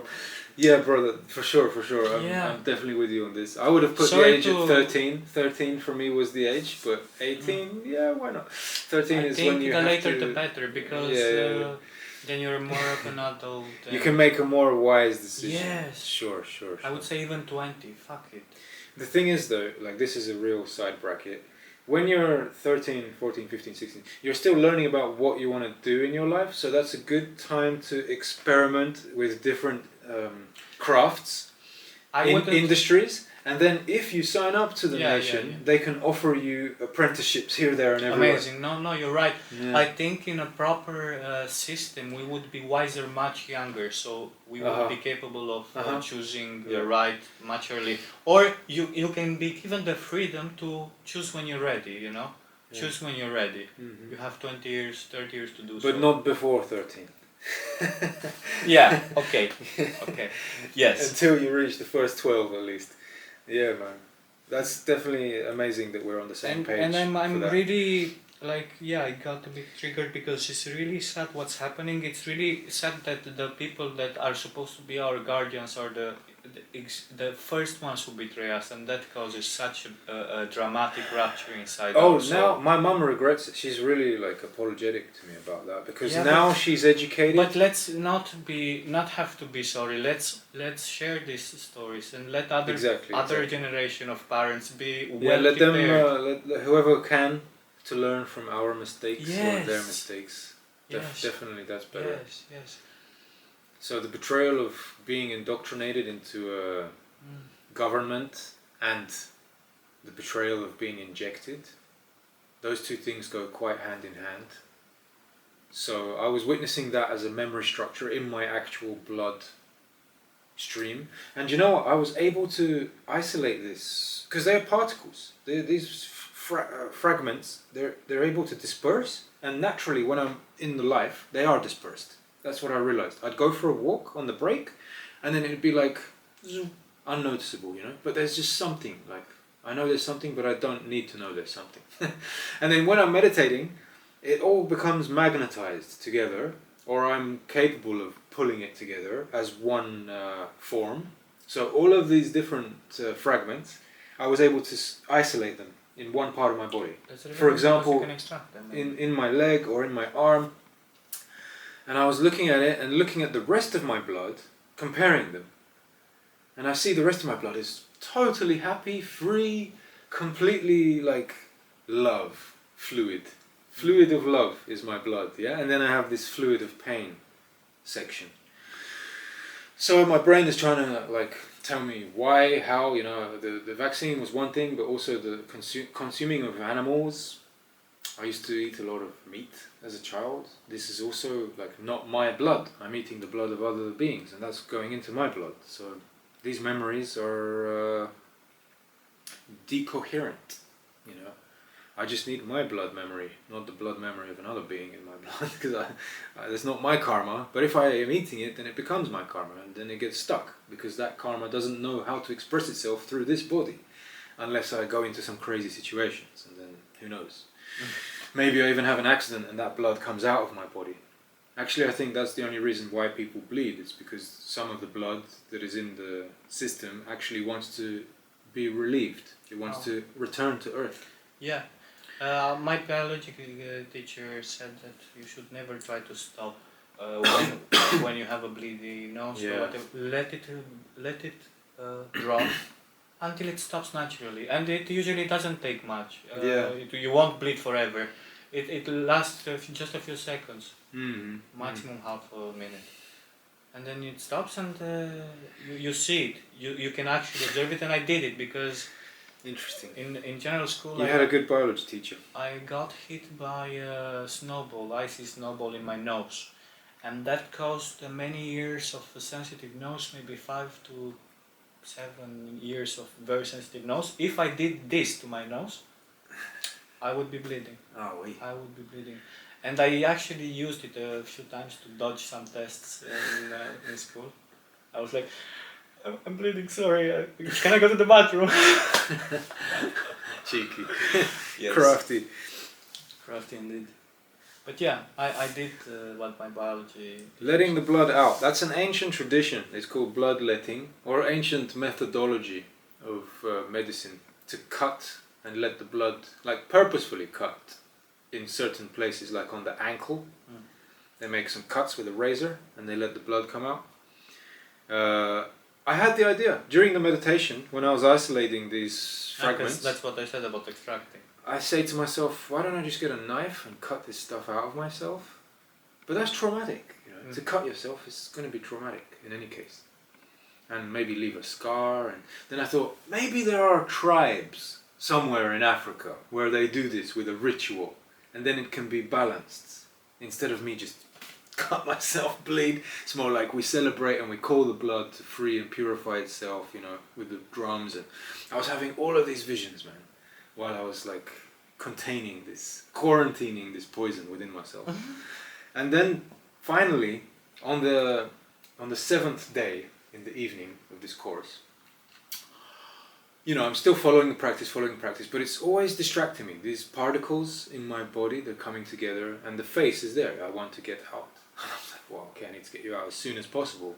And this is the only thing I need to do. I can't just sit here pretending that I don't know what to do. The real energy of knowledge has touched me. Leeches, bro, leeches. I realized there are animals in this kingdom, in this realm, which intelligently remove blood from the human body. It's the leech. You know, the one that sucks the blood. It attaches, and for some time it's pulling blood. It gets bigger and bigger, and then it falls off. And there are medicinal leeches in the world. So I thought, wow, that's it. I'm getting on the internet. I'm going to find some supplier of medicinal leeches. That's the answer. And I got out of there. I told the manager, look, I have to leave, sorry. And they say, no, come on, you got this far. And they don't let people leave easily because it's a commitment. You know, you sign the paper, I'm staying for the whole course. But people do leave, you know, in every course people do leave. For me, I told them I just have medical reasons. I don't want to tell me anymore. They're going to think I'm crazy if I tell them the whole story, or just, you know, whatever. I don't want to tell them the whole story. It's my story, and it's not finished. Until it's finished, then I'll tell people. Yeah. So I left this meditation center. They were very kind to me. They drove me to the bus stop and everything. They did not accept my money. I wanted to give money. Still, they said, no, if you don't complete the course, we can't take your donation. Because it's free, this course is free. Oh wow. You go give a donation at the end. Nice. Yeah. It's a really beautiful setup. But yeah, the first time was for me short. And then before everyone had finished the course, I had leeches on me. So I was at home with 12 leeches and I put them on me. And this was the most incredible connection with any other animal that I'd ever had in terms of the inner world and the outer world, forming a stream of interchange. So they basically come virgin, which means they've never been fed before, these leeches, yeah? If you buy them medicinally, if you find them medicinally. They only live in water and they're unfed. They can live for about 1.5 years on nothing, just in water. Yeah, they are super magic. These. Fascinating. The other incredible quality is that they are polar, like they're hermaphroditic. You know what I mean? Hermaphrodite. They have no... Yeah, they're not gendered. Amazing. They are on an octave with the angelic kingdom. You know, angels aren't gendered either. So these leeches, they're kind of like the underworld of the angelic kingdom, you know. They're intelligent enough to smell meridians on the body, and you leave it on yourself and it goes around, it's sniffing, crawling, and then it finds the right point to attach. And the teeth are much more delicate than steel, right? If you cut yourself, you're using metal. So the teeth, the bone, is a non-traumatic incision. It's kind of a Mercedes emblem. They have 3 teeth. Chick. And then it starts to pull the blood. Oh, first, actually, do you know what they do? They inject you with a natural compound. It's called hiruduin. It's anti-inflammatory. Amazing. And then there's another one which stops the blood from clotting, so that they can feed, right? But the purpose that I realized for that also is for them to be able to interact with your body from inside. So they put the saliva and they can feel your whole circulatory system, and they know where the bad blood is. They hunt it out. Why would they care to extract the bad blood? It tastes good. It tastes better for them. Ah! Yeah. Are you serious? The good blood is not tasty. It's like whatever. The bad blood is exhibiting an attractive field for them. Yeah. They like the junk food. This is my revelation. This is my intuition. Okay, because to me it was this. It was okay. If I was this kind of creature, I would love the quality blood. Why would I even care to? It's reversed. It's reversed. Yeah, but why would I even care about the bad blood? Like, because the bad blood contains the interesting information. That's the blood which is tasting better for the consumer in this case. The good blood is like there's too much of it. uncooked potatoes, you know. I don't know. I hope you. Yeah. No, it's true. I can tell you anecdotally from my experience, it's true. Because I have a leech on my hand, for example. I've done this thing maybe 5 times with the leeches, yeah. I've done my face, because I had swelling one time. I met a guy who was a specialist as well. So I had a journey with this whole kingdom, and they smell the bad blood. For example, you have some stuck particles in your foot, yeah? And it's attached to your hand. And you can literally feel it if you're sensitive enough. Like, if you're in tune with your body, you can feel. I was feeling particles coming up from my foot, going around, and then disappearing into the leech. And then another place. It doesn't suck like a greedy fat boy, like a hungry animal. It sucks when it knows what it's sucking for.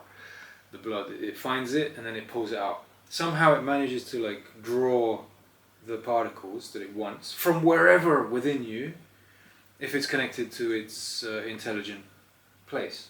Some practitioners, they force the leech to connect on an isolated place, right? With a cup, a small cup. They just hold it there.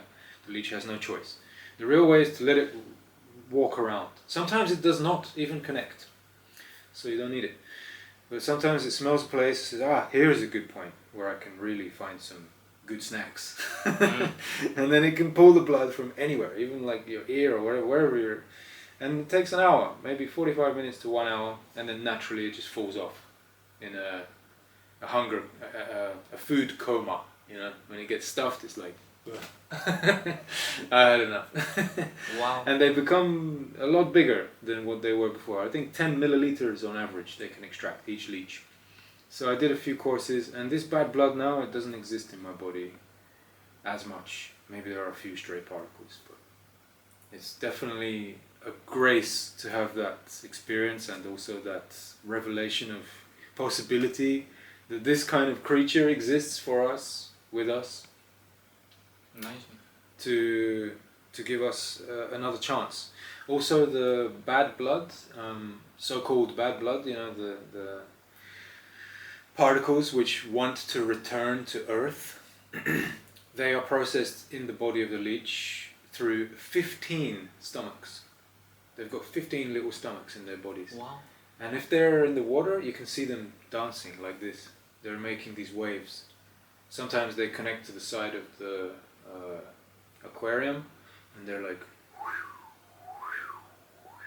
so they're kind of, you know, waving the blood into a vortex through their bodies, and they have these amazing colors on the back, very subtle colors. This animal is just beautiful, really beautiful animal.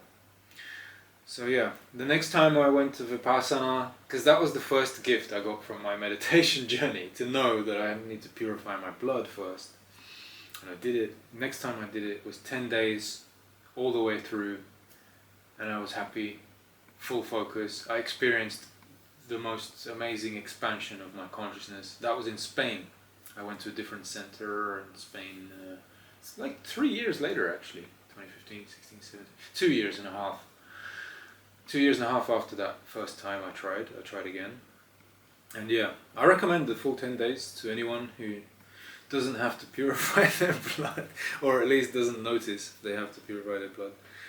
But like I say, you got to be really strong with your posture to get to the right sense of self, and then it really brings the journey to you, instead of just sitting in the darkness, lost.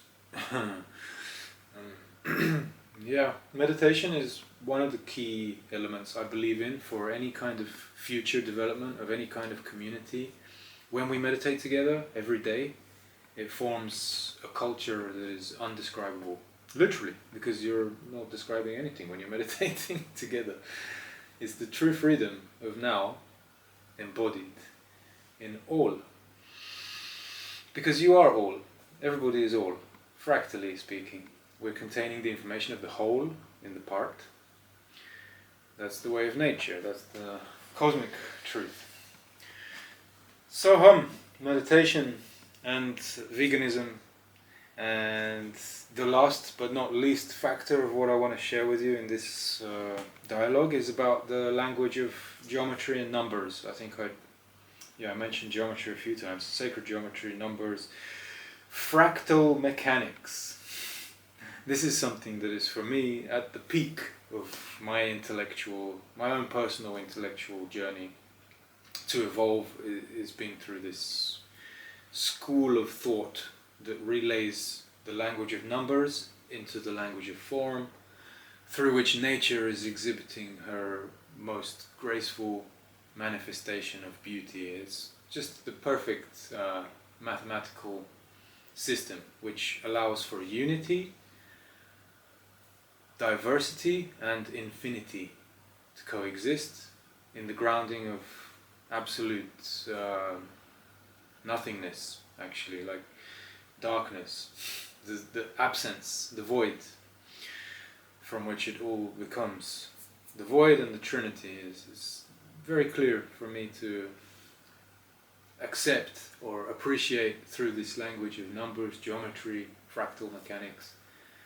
And I've met some very incredible teachers on that path, which have given me all I need to be mind blown out of any belief system which can otherwise keep people absorbed for a certain period of time. So if we're talking about the ultimate gift which we might yearn for as sentient beings, the ultimate gift of immortal realization, yeah, zero is first. Zero is before anything, and then laughter, then it's laughter. Zero and then ecstatic laughter. Uncontrollable joy. And then this uncontrollable joy is crafted into meaning. That's how I see this Trinity. And here we are, we're crafting a bit of meaning on this podcast of yours, which you've initiated recently, and I'm honored to be part of it. Thank you. I'm happy to start working. Me too. I think it's a lot about that, and what has stopped me a lot is my need for control, my need for privacy, my need for being, for thinking that I am isolated and anonymous and happily private, while that's a lie, because nothing is private, truly, unfortunately, in these ages in which we carry around military software all around voluntarily. Well, I'm not carrying it around voluntarily any longer. I want to make sure to integrate the way I refer to it and how I relate to it. I want to change my relationship with it, and to me this is through alchemizing and transforming that and how I relate with it, and challenging myself to do something about it, and creating meaningful content, and shuffling the pages of the book of all with other dear people who choose to come into shuffling pages together. Yeah. So thank you for enabling this page shuffling. Yeah, it's been interesting to revisit these stories of my life. I didn't touch them in a while. So yeah, it's brought me back into to me this deep is contact. This is something precious, because that's why I said I want to make it in a way that it's kind of natural, and like I would rather bend myself to meet other people's needs, other books, because I, as an initiator mainly, I have to respect the book that I'm handling, because I see the potential and opportunity, but I also see I have to make myself worthy and respect what I'm holding, and not be like this, or like having an attitude that I see a lot of people focused on some other things might be incorporating just to make it entertaining, sensational, la la la. Okay. So I want valuable. to, because for me It's about, to me, it's an honor to have and a privilege to be allowed in the intimacy of the truth of another, another traveler. Another aspect of yourself. Yeah, can be said like that also. And that's the point. That's how I want to build it and make it. I want to make it good, or try my best to. That's actually the good approach. Try your best. Try your best. Do your best. Honestly, earnestly. Yeah, constantly develop, constantly grow with it at the same time. That's another thing, you know, a lot of people, or like how we're so rigid with, or I used to be very rigid, and I still am. But I have to integrate the fact that I'm not a static. I have not achieved perfection, and perfection is not to be achieved. Perfection is the quest for perfection. Yeah.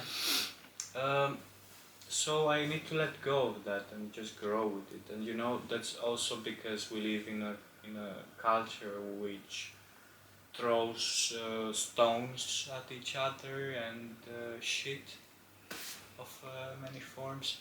And to me, like, that was, you know, because I wanted to prevent that, I was stuck in a path of non-doing, just because I was, okay, I need to perfect it, I need to, which helped because it helped, but it also made it a very slow process.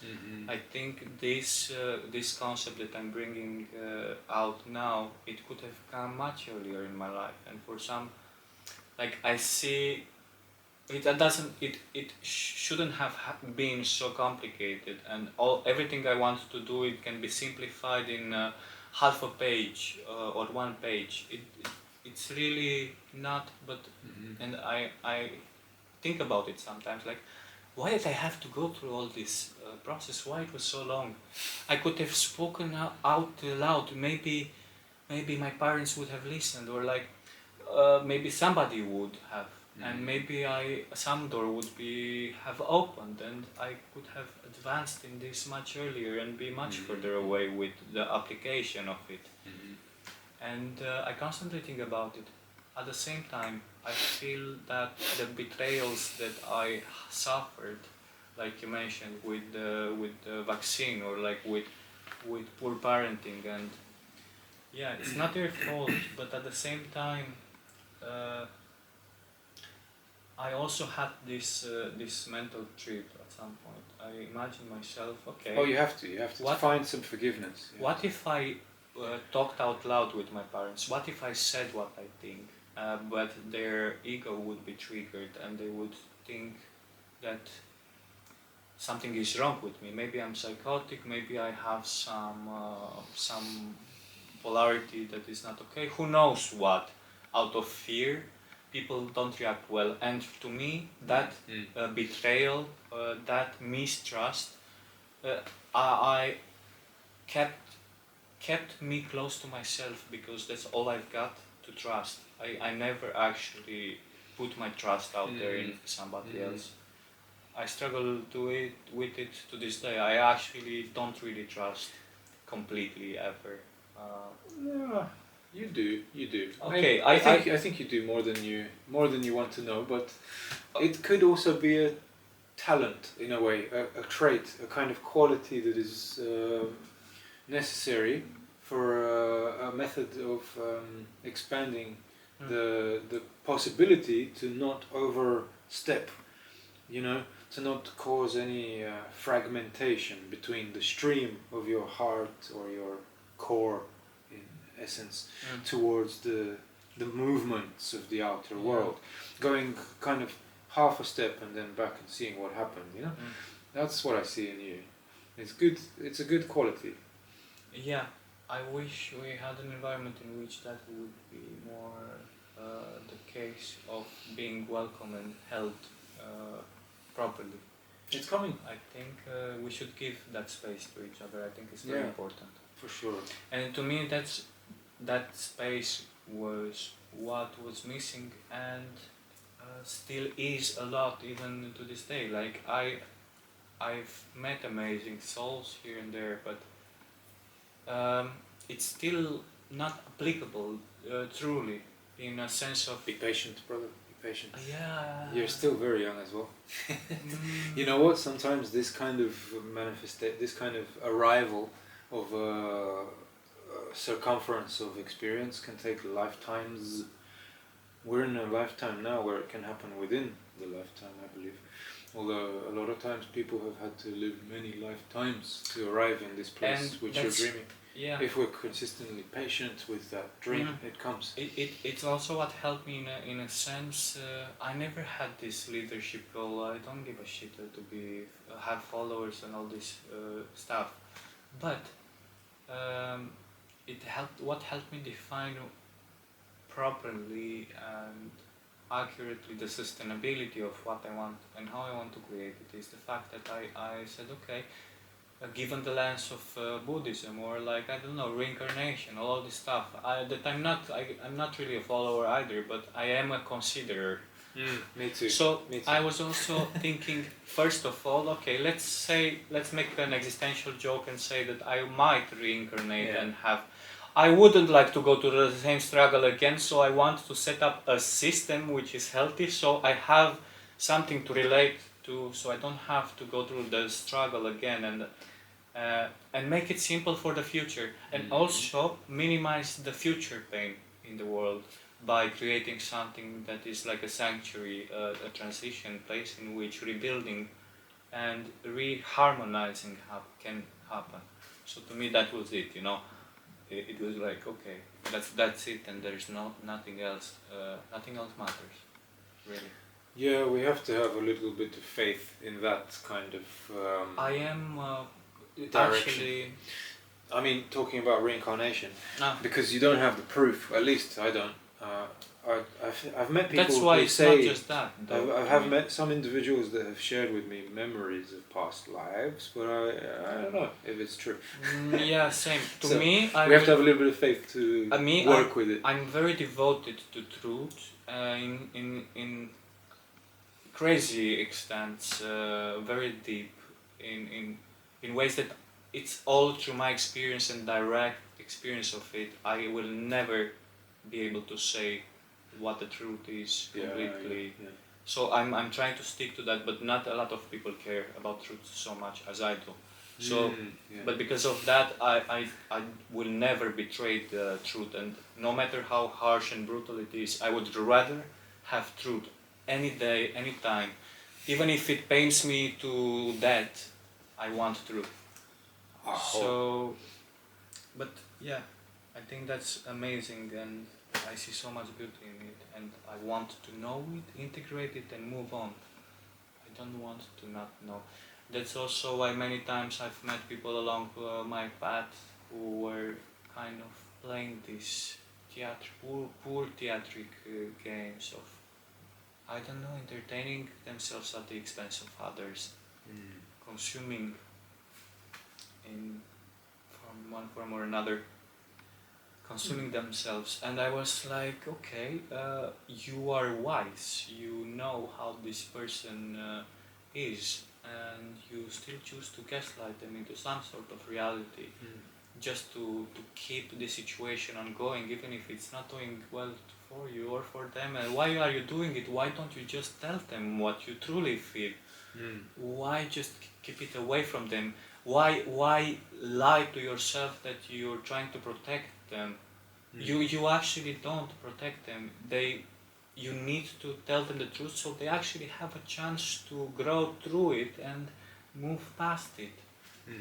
And to me that was, you know, again and again a subject of conversation, which also, because I'm devoted to truth, I'm also quite a presence that people don't necessarily like around, especially most people, because I reflect and I call bullshit when I see it, much more than I did some years ago.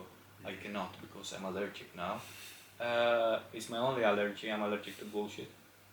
course the metaphorical one. Yeah. And I can't anymore, and of course people don't like me and they kind of exclude me sooner or later, especially after they get to know me a little bit, because I am quite challenging just by liking to stay in the truth. And yeah, and that's also why it's quite difficult, it has been difficult for me to, because I'm also in a transition where I decided, okay, I've had amazing city life and I achieved what I thought it might be some form of success, but it wasn't really, because the people that I had to cooperate with, the fundamentals were not there, the qualities were not there, it was all financial gain. And or power or sex or access to resources or ego inflation, and I was like, I don't want any of this. These people can go themselves, and that's it. Like and I also realized, as a event organizer, as a cultural driver, in some sense, I realized what an important role I have and what a silly job I do, because I don't want to be an entertainer. I don't want to provide coping mechanism for a sick society around me. I don't want to have to repeat the same answers and give the same advice over and over again, because the pattern goes. Coping mechanisms, man. And I was like, okay, that's it. I'm gonna lose all my friends. They were never my friends. They were just using me as a medicine to treat their unendingly bleeding wounds. And I'm just wasting my time here in this city, not stagnating. I'm the only person who's trying to cheer everyone up and pick them up from the swamp while I'm dancing freely around, sad at the same time, with a half smile and half sad, because where's the other people who can dance with me on out of the swamp? And I felt like, okay, I'm pulling one person up, and by the time my other friend who I pulled 5 minutes ago is back in the swamp, so I have to constantly go around in this zigzag of like pulling people up. And I was like, fuck it, it's amazing how many resources I have to do all this. And I was doing 10 things at the same time, and people were not really understanding how I have so much free time, but I do a lot of things. And they were like, are you real? You're not, you're lying to me, you know, like a lot of stories, like they were like, I'm quite skeptical of this person. No, this is not possible. You're fooling with me, you're just trying to be mysterious, and yeah. Fucking hell, man. City life. Yeah, and Did you ever try to live in nature with people until this moment? For a long time? Well, I've been setting up festivals in the nature, and I've been naked for 3 months. Well, not naked completely. I mean, I had underwear, but a leaf. I was also naked a lot of times, because it was very few people who were actually just building up the stage and everything. And I was like, you know what? I want to enjoy the sun. Do you mind if They were like, oh, bro, come on. Yeah. We've been spending quality time together. Rainbow is like that as well. Naturist friendly. And yeah, it was amazing, you know. And to me, like that's also a collective part that was speaking to me, because I was like, I'm setting up this festival for 3 months, like 1 month before, 1 month after, just to set up and down and have the experience for just a few days. Like, what's the point? Like, I want to create such a place that I'm gonna start a festival, and out of that festival, that's the idea. It stays after that as a village. The whole world will become like a festival, because they would hear like, it's amazing, and maybe the police will come, but they will actually like it, so they will become part of it. And you know, it will grow, and the people will just try to come, but they cannot stop it, because it's amazing. It's truly beautiful and healthy. So why stop such a thing? So they would just they would just keep coming, and it will, you know, just. I was working with something like that in my mind, to build an eco village from a festival, starting a festival where people are invited to volunteer in earth building while there is a festival. and then it stays. And that festival place can be repetitive festival, growing more and more and more. Too as big as to me, that's the point. That's why I want to start with, and that's why I conceptualize the embassy, because I do want to integrate this festival making and creation of a gathering place for such activities. That's the point also, because I've done it before and I saw the potential and recognized it. Tell me more about the festival you already organized. What kind of festival? Zero waste intention. Music and everything? Yeah. What else was there? Nature, amazing oak trees, amazing location, amazing location. It's a forest, so old, so. Somewhere in East Romania? In my country, Romania, trust me. Yeah. Zero. Is it still going, this one? Unfortunately, or I don't know what to say. It still goes. I was invited for the other edition. I've been there for 2 editions. I was invited to involve myself deeper, but I wasn't really feeling it, as because I could see the financial drive, I could feel the ego drive, and I was like, okay, I'm just gonna speak and they're gonna hate me and I cannot even come here for free to enjoy, but that's not the point. I should have said something about it. I would treat it differently now. But yeah, I would. I think I actually mentioned, but they didn't really care, and I could also already feel excluded, or like they were thinking twice about inviting me next time. Yeah. Zero waste, maximum blessings. I would be like that. The quality was amazing, especially in the first edition, and then going down and down. Yeah. I have a real faith still in this idea to attract people from all over the world to a more acoustic music festival with workshops, which will create a lasting project. And then there needs to be the core family that lives there, and there can be classes that happen there every week for the local community. Yeah, absolutely. I'm food growing as well. I would love that a lot. That's the point of how I see it also. Off-grid. What do you think of solar and wind energy? It's kind of controversial sometimes, isn't it, on a large scale? Wind turbines, the huge ones.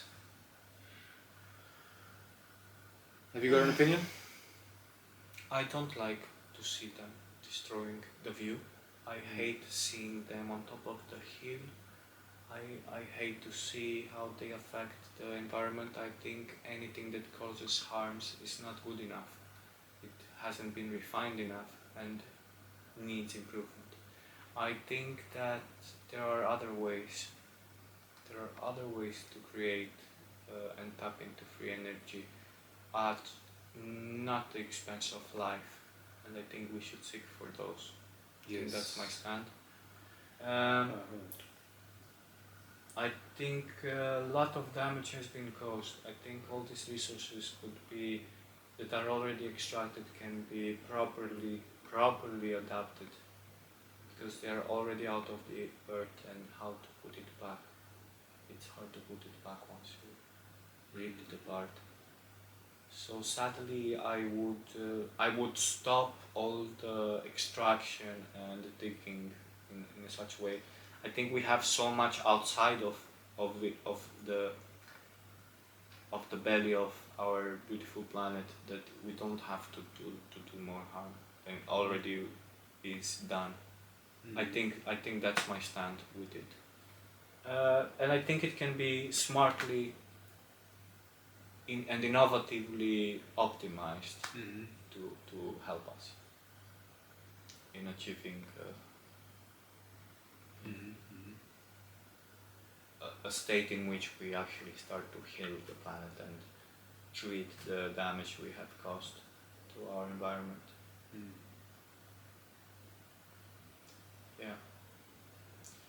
But I prefer acoustic also. I actually dislike electronics of any sort. I've had a magical experience with instruments and resonance, piano, grand piano. Nothing can beat that. Nothing can. No digital bullshit. No high quality sound system can ever mimic Mm-hmm. or even fantasize about it. So to me, I see it as bullshit. I see it as sad bullshit because it's also been marketed so aggressively that people are so lost into this madness. Mm-hmm.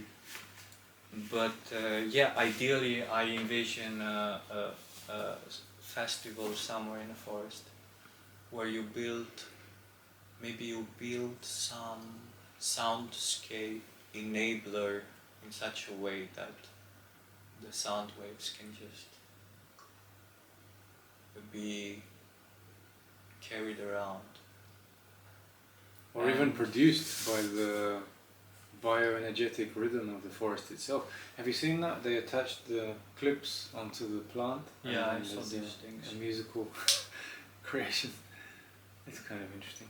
It is definitely. I think to me it makes sense. I mean, it's not really surprising. Of course, it has vibration. Everything has vibration. Not surprising at all. Mm-hmm. But I think it also alters it a lot because you apply some algorithm. You apply a translator. You apply a filter that interprets that vibration and then relays it. So I'm not sure how honest there's a step. Yeah.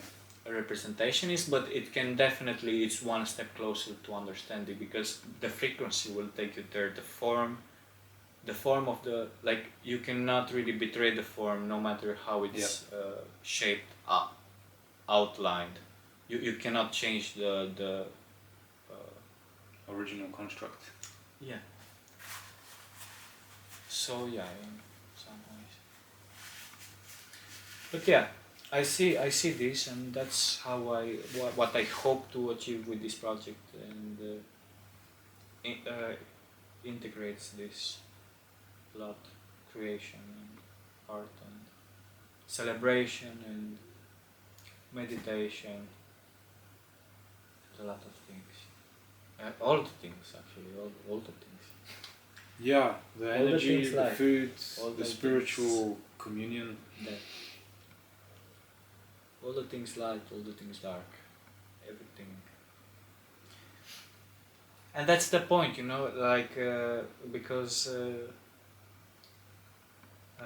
I envision these embassies and why this concept is the one I went for. Is exactly because of this. If you have different places starting up that have the main essence passed on, then soon enough, you know, you will become, I hope, in the last, who knows when from now, but we will finally, this embassy will become a neighbor with that embassy. So we're like, oh, okay, we're here already, amazing, okay, and then they will just, you know, integrate, and we won't need that digital remote space to keep up with each other. Actually, that's not needed anyway. The reason why I make this material is just as a tool to help the transition, to bring clarity and insight.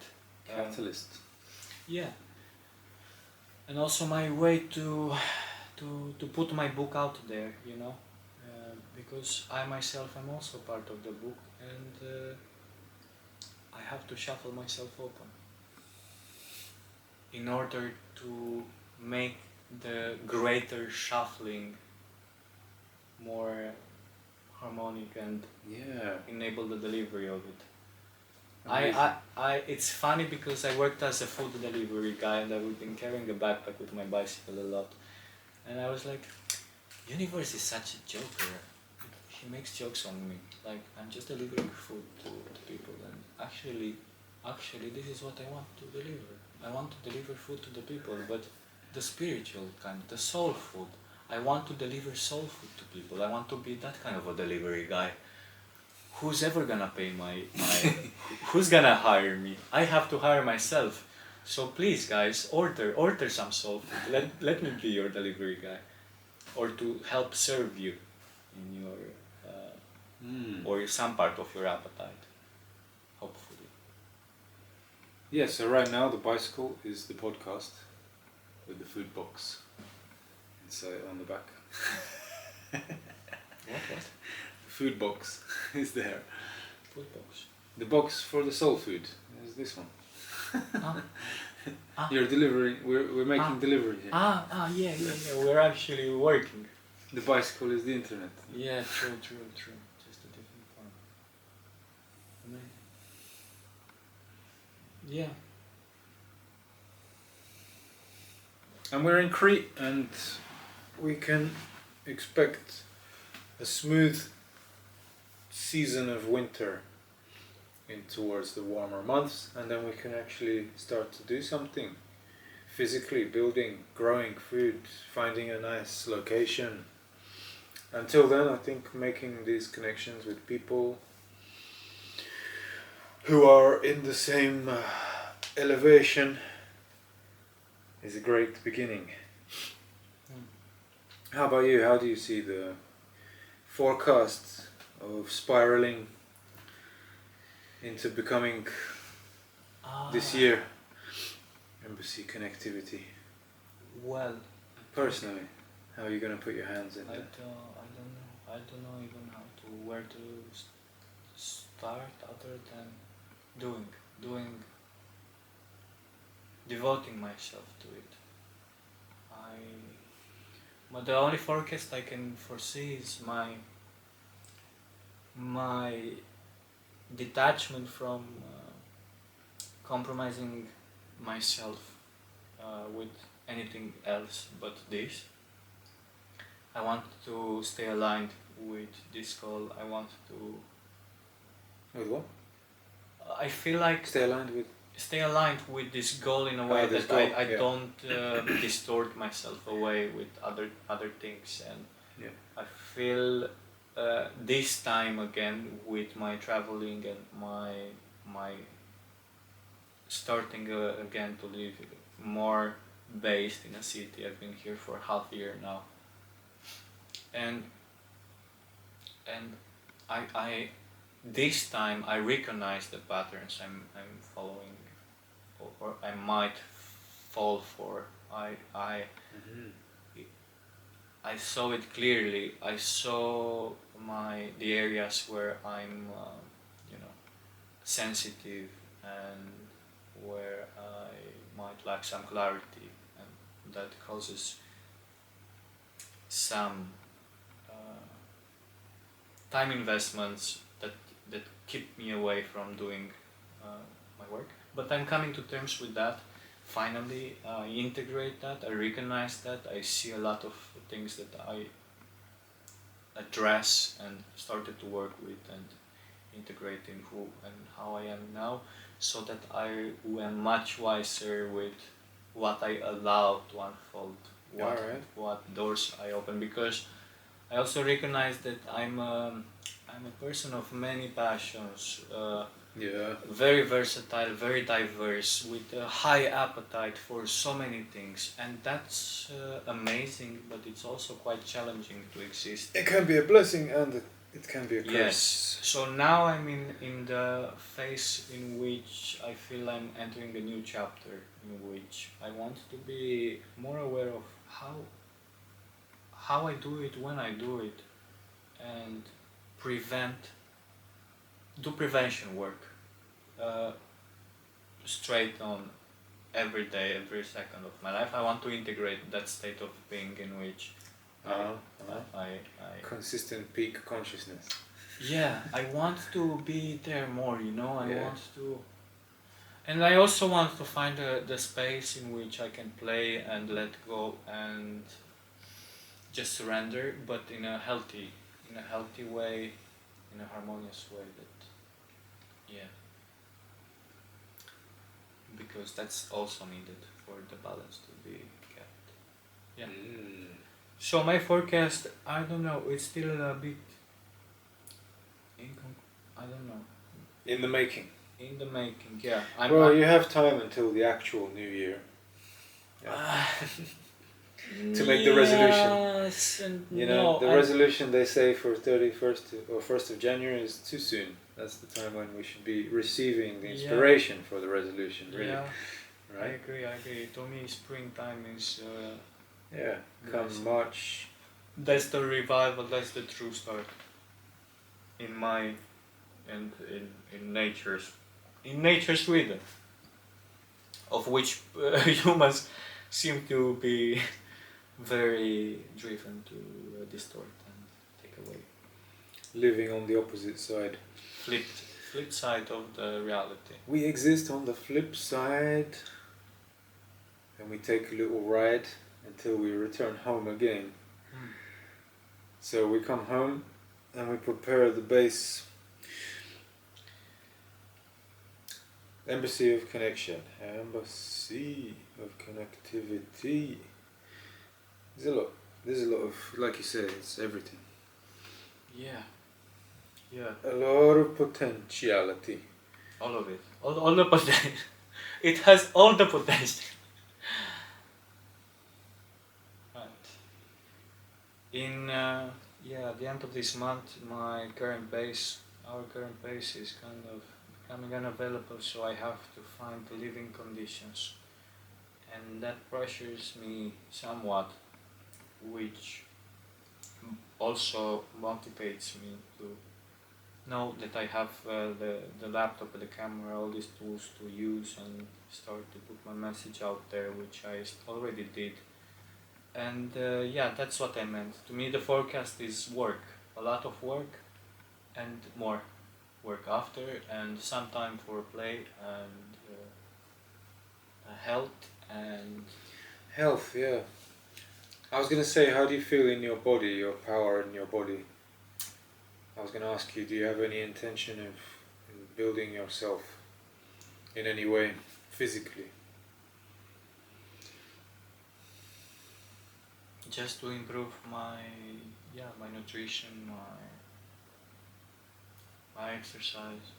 Healthy body, healthy mind. Yeah, and that's for it. Sure. And not to indulge into smokables, because I do like smoking, tobacco, and yeah.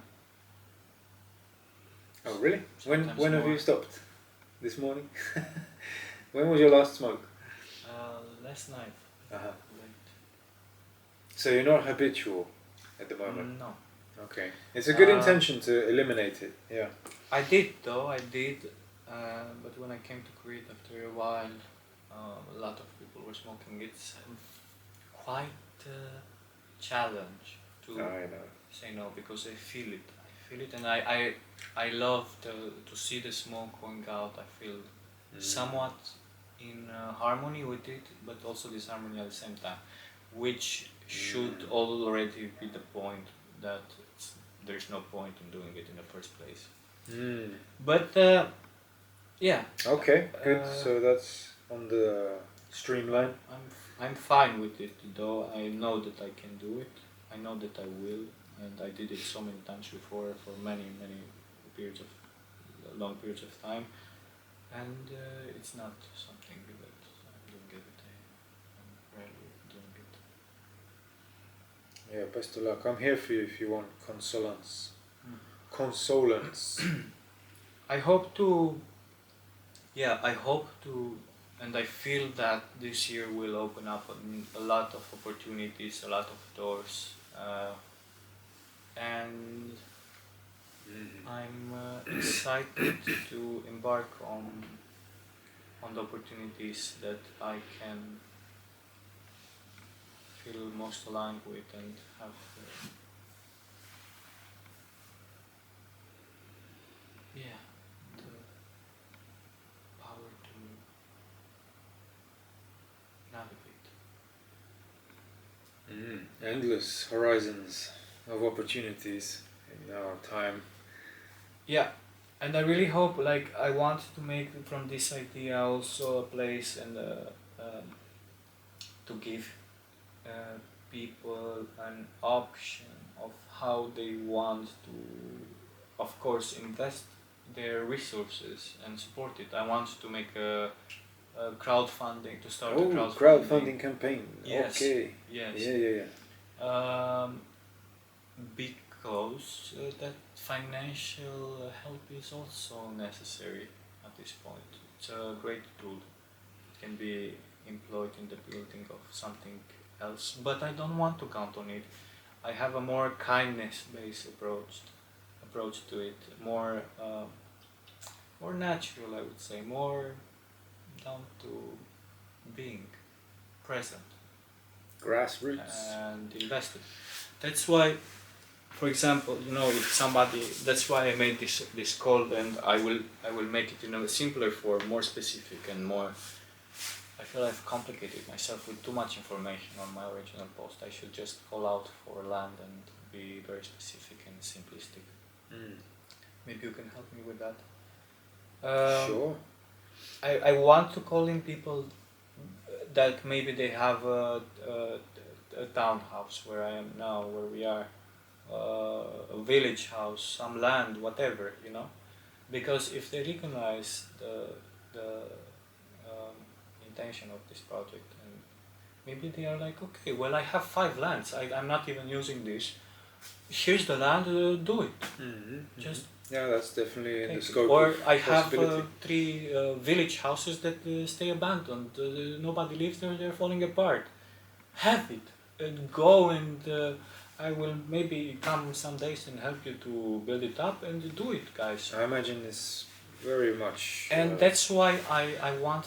And my appeal is for humanity in itself, like I want to build this with people, for people, like we build it for us. I'm not gonna build it for myself. I'm not gonna take over your land or your house. That's not the point. Some people are afraid, Yeah, of course. I mean, So sensitively inviting, simplistically, like you say. I understand that and I recognize that, and of course, we live in such a messed up world.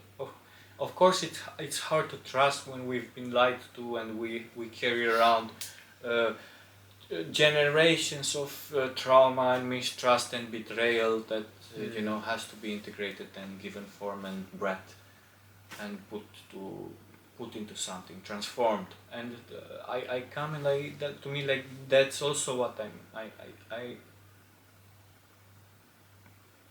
I conceptualize this.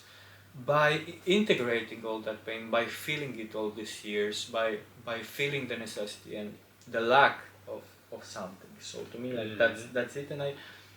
And to me, the point is, like, of course I'm not delusional and expect that tomorrow all the people will recognize this, and it's gonna be of course it's gonna take time. However, I know that we are 8 billion people, like, there will be, even if it's one person that recognizes this is already something, and then it comes 2, 10, 20, 100, and it will grow naturally. I don't want to, I cannot expect for it. I know the limitations of time and space. However, I know also the possibility of magic and abundance. Yeah, going gently, not taking too much too soon. I mean, it's in the there is nothing smooth, to take. In the smooth, gliding, effortlessness. That's the real mastery, which we are here to receive as well. I've been looking into a modality called reality transurfing. Did you ever hear about that? The book was written originally by Vadim Zeland. No. Vadim Zeland. Yeah, it's interesting, transurfing. They talk about how we can effortlessly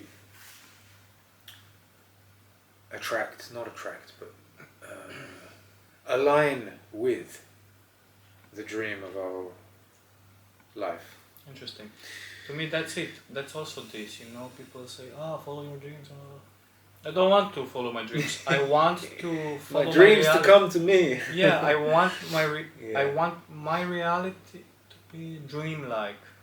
Yeah. To be, I'm building the reality of my dreams. I'm not dreaming about the reality potential that I would like to achieve. No, I want to build that reality. Build your dreams. To me, that's the point. Inviting And I am calling it out, and I'm meditating about it, and I'm connecting with it, and I'm sending it out there, and spreading this seed already for some time now. And I'm tuning my radio station in the universe. Mm. And I know it will come. I feel it. It's already here. I feel like I've touched down with it. I've dined with it. I've bathed with it. It's here. But now it's about sharing that. Bringing it out outside also, because it's a pity not to. It would be a betrayal to. Like I wouldn't be able to live with myself. There's no point in. There is no joy either if it's not shared. There's no joy if it's not shared. Exactly. Everything is with the sharing, joy of sharing. That's where it's truly realized as being beautiful. From multiple angles of experience. My grandmother would say there's only one place one person should go alone, that's the toilet. Amazing. Even though in antiquity they had these common toilets where you could actually even talk philosophy while you were taking a shit. So, I don't know. Now, also if you go on a vision quest, I think that's important. Yeah. You go in the solitary time in nature, fasting. Wow. Then you're sharing a moment of courageous discovery with the world when you come back, or you have the opportunity to relay your rite of passage. It's very important though. It's very important. Solitude is truly amazing, fascinating, liberating. It's a luxury. Some people they never get it. It is a luxury, and I felt it. I felt truly blessed to be able to traverse my existential crisis. Have you ever been to Asia? No. Have you been to India? Or you can find solitude very difficult in these places. I imagine.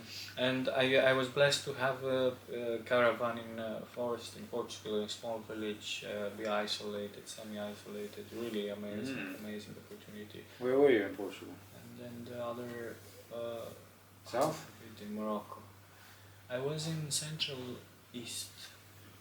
Alright. You didn't go to the Algarve? No. I spent almost a year down there. I was also digging a cave with a pickaxe for like 1 month. I made an astral projection chamber. It's down on Algeciras, it's on the southwest. I'd love to visit there again sometime soon. It's been 7 years since I did that. Yeah, I hope such places will start to come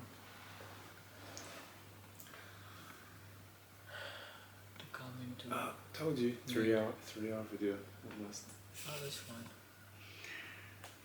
Have we got anything burning inside for us to share further? What is alive? What is? What's alive in you? Oh. Have we got anything more to explore with our recording? Well, it was amazing I would just try to connect with the part that feels like it's missing in your story. I think, to just make a parallel in which, because we followed up your journey.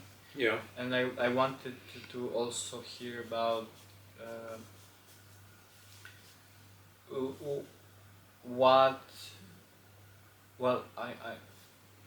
what delivered you into where you are now.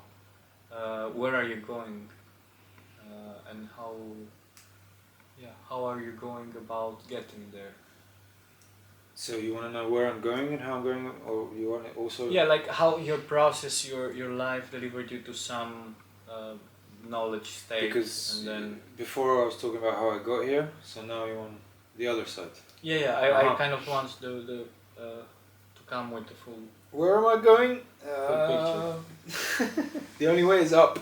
Yeah, I'm a sincere believer that every day is a welcoming greatening into unfolding abundance, more connection, more exploration of truth, more beauty, more wisdom, more love. Every day just a little bit more, coming up and up and up. And where I want to go with this, physically, geographically, could be actually to the Oriental world. I never visited the Oriental world.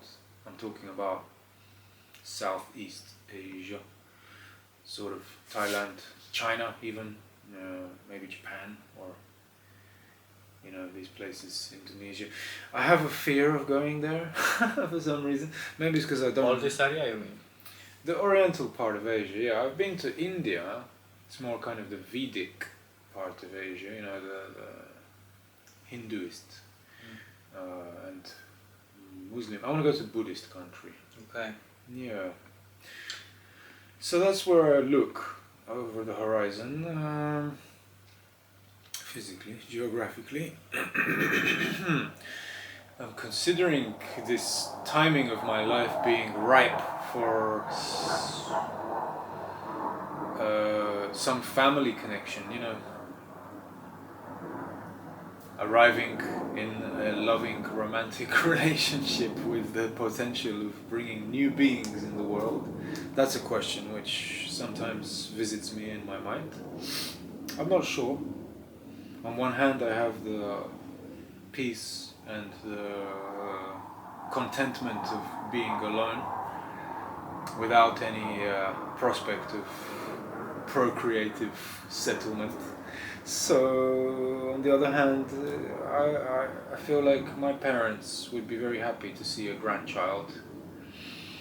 Again, like I have a strong inner compass which is definitely connected to the magnetism of my parents a lot. Because I'm an only child, I think that's probably more strong than most people who are not only children. Even the people who are only children. I'm looking for how to make my parents happy in many ways, which I think is good for me, for them, and the world. And a grandchild or grandchildren, everybody can agree would be a blessing for any parent. Yeah. That's basically my balance at the moment. I'm walking in between these ideas, exploring this beautiful island. I've been here for 2 weeks, so I'm in no rush to leave. I don't have any scheduled destinations, just ideas of where I want to go. I want to go into a smooth and exciting adventure with people who are living in the conscious way, with people who are open to exploring the more magical frontiers of human potential. I really believe we are magical beings, and if we know how our magic works or how we can consciously create with it, our world will very, very quickly become a paradise. So there is this importance of knowledge that I want to become capable to share this knowledge. First and foremost, be totally sure within myself, totally grounded with it, truly, for being able to bless others with remembering their own magic. Like we were talking earlier about helping people to find their soulful inspiration. Same kind of principle. And then there are the technical details that are also always very strongly swimming in my imagination, in my rational hemisphere. And one day, some kind of school, esoteric school, actually it's exoteric school, because we're working with the outer realm. The esoteric is working with the inner realm. exo in Greek, right? Exo means outside. Exoterica is being able to use magic for building beauty directly. I believe many of the old world buildings were built in such a way, through direct projection of the imagination itself, which then precipitated into a physical architecture.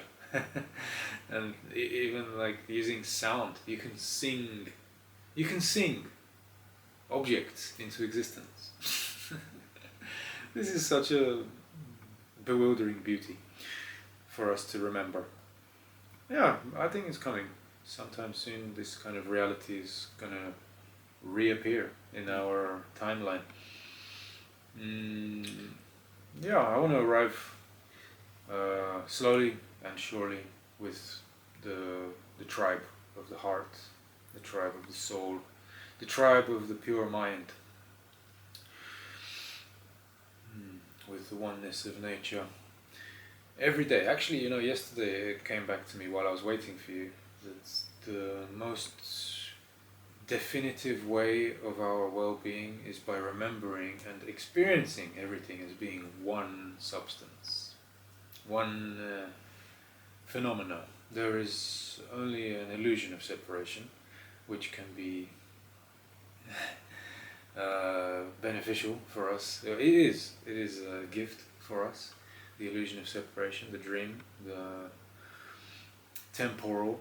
But the truth, the oneness, to experience that from this temporary perspective, every day, if we work to feel it, like it takes effort, for me at least, I have to really charge my brain with this idea and find the anchor points where yes, it's true, and from past experiences, where I have used medicines or not. I remember one time sitting on a bench just watching people move, and I could see that actually there's no air, it's just like a liquid. We're underwater, and this water is going through everything. It's just that there are different shapes of the same water that's moving. It became very fascinating to feel it, to really feel it. And someone eating an apple, and I can taste the apple from their action of eating. And I'm sitting there just being still, watching and feeling. Suddenly there are no boundary conditions, only projections that are dancing on the same material. And we can choose which one we are receiving or broadcasting. It's really, it just makes me laugh when I remember it, remember it fully. It's hilarious that everything else is happening and we're so absorbed, we're so invested with so much importance in the seriousness of this game. And it's actually amazing. It's amazing that can happen.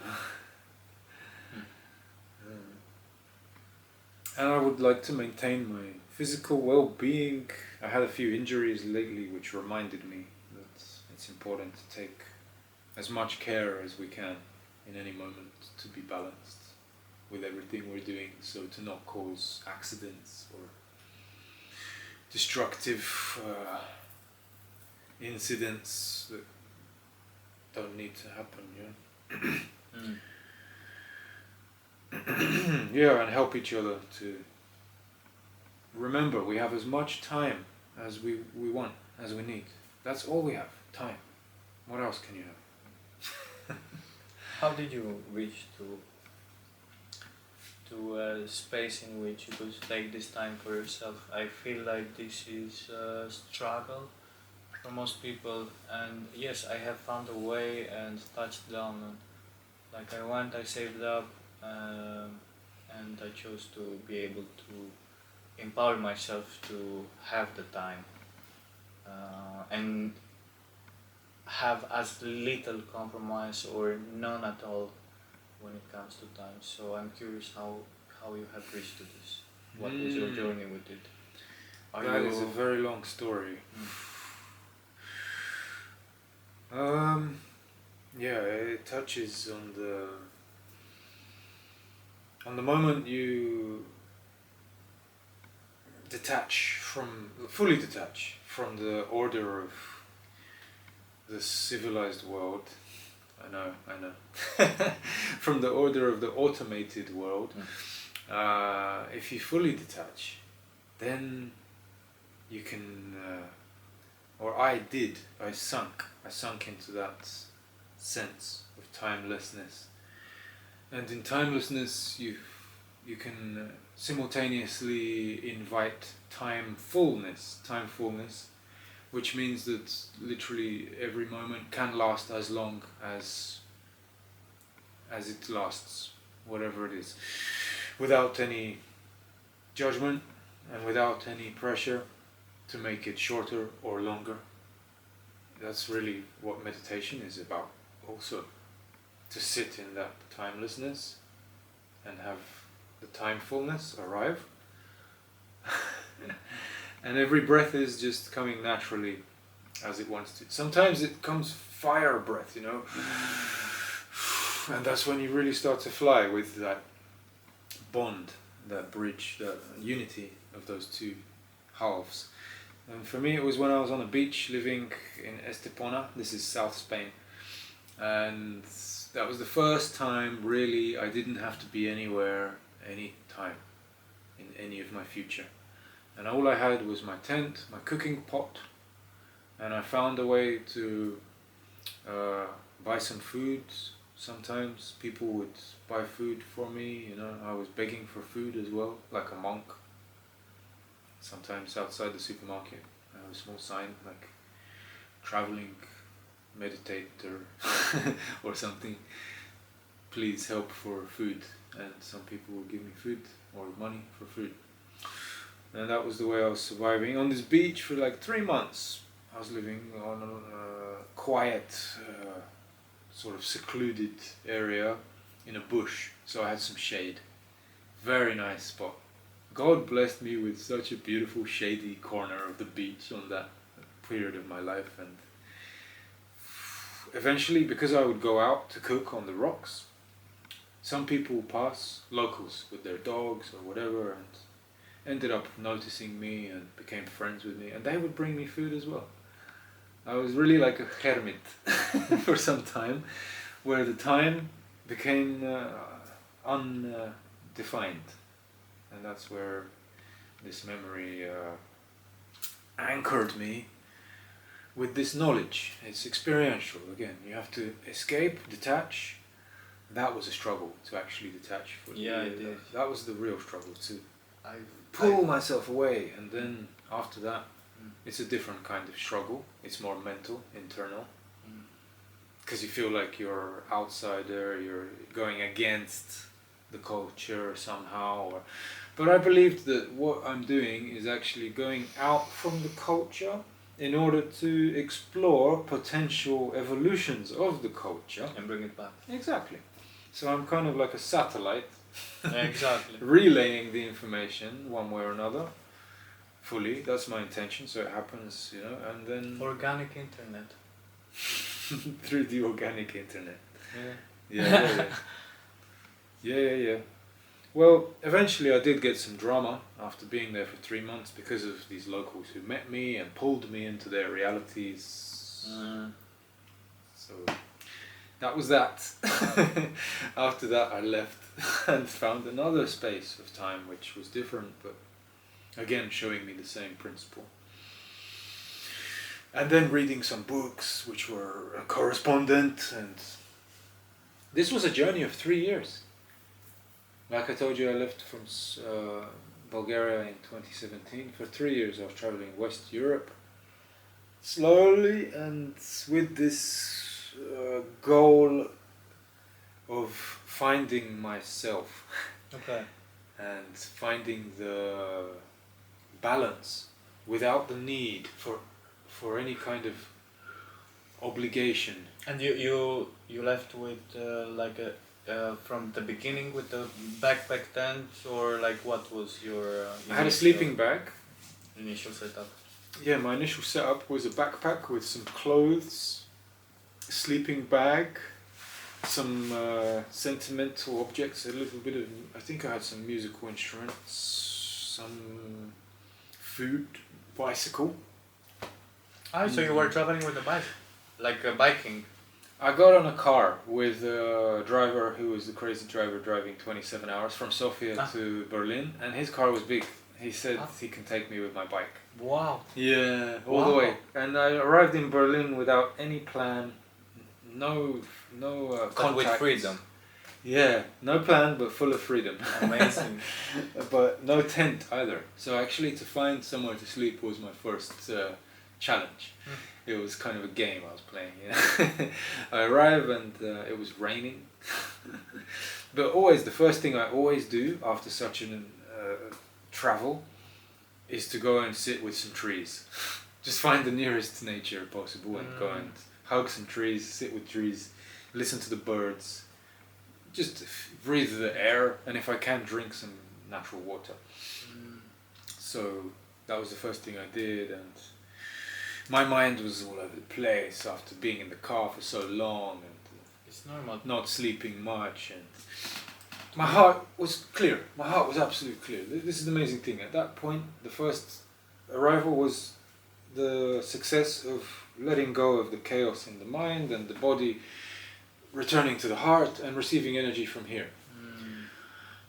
Actually, it's two places. It's the instinctive center of the intestines, the guts, the belly button, and the heart, which is echoing this. Yeah, in Qigong you salute this part. Yeah. A lot. The head is just a smoke chamber. The head is just like a hole of mirrors. This is the fire. This is the amplifier, which resonates the light of the fire, and the smoke comes to the head. The head is calculating what happened from the smoke. Very well. It's catching the particles and making a mirror analysis. But the original is here, yeah. This energy generator. You said fire is here. I thought fire is here, maybe. No. Fire is here, the light amplification is here. Okay. Generation. Okay, makes sense. Yeah. It creates the rhythm of the fires of nature. And so through that rhythm I found a place where I could sleep eventually, and then I had some other fortune of hostings and work away and stuff. This journey, 3 years, it was stressful for my family mainly because like I'm calling them every so often. I didn't have that much technology with me, you know, to be online. Like every so often I was connecting with them to tell them I'm fine, but as time went on I could sense my father was becoming really like, what are you doing? It's been 3 years. It was stressful because they were stressed, or? Yeah, eventually I came home with my father to Bulgaria, and there was a whole other kind of initiation there. I had a very big fight with my father about this, mainly. He's like, you need to shave your beard. Like, no, Dad. What do you mean I need to? For what? It's my beard. And suddenly we had this change in the power dynamic, you know, where he realized I'm not just this boy he can tell what to do anymore. It's normal. I think it's normal as soon as we reach the age where our parents gave us life. So if your father was 25 when he had you, when you arrived, then when you reach 25, you're reaching half of his age, because there's been another 25 years. And when you reach half of the age of the parent, there's a shift in the power dynamic. They no longer have this overpowering weight of time above you. You're halfway there, so you can see the other half. And now you can have a based relationship which is more fair. And that's what happened with us around that point in my life, and it was brutal. It was really brutal. I mean, I don't want to go into details, but I managed to stay equanimous as it is and follow the heart, which is to be with him, to actually be with him, to recreate our relationship into a new spectrum of possibilities. Because the easy option is just to say, yeah, screw you, I don't want to deal with this, I'm leaving. And then just don't talk for how long, whatever. And then just hold on to this subconscious bitterness, which is just going to be eventually coming back again. So, or ruining the life. Like, I'm really grateful I found the courage to just stand the ground, and he could see that I'm real, I'm not just doing it because I have some kind of hatred towards him. Like, I'm not trying to provoke him. It's actual genuine emotional trust. And that was really powerful. Now I look back at it, it's something that was the most powerful guide for my life, to integrate the past, my mom and my dad, my family, into my future, which still is going into this definition of where I'm going, to answer the question, half spontaneously, half unknown. I have half of my mind set into what I really dream as the perfect world, and the other half completely surrendered into all possibilities. Yeah. Which can also lead me astray. I have been led astray quite a lot sometimes into different habit patterns. I've been very close to serious self-destruction as well. So,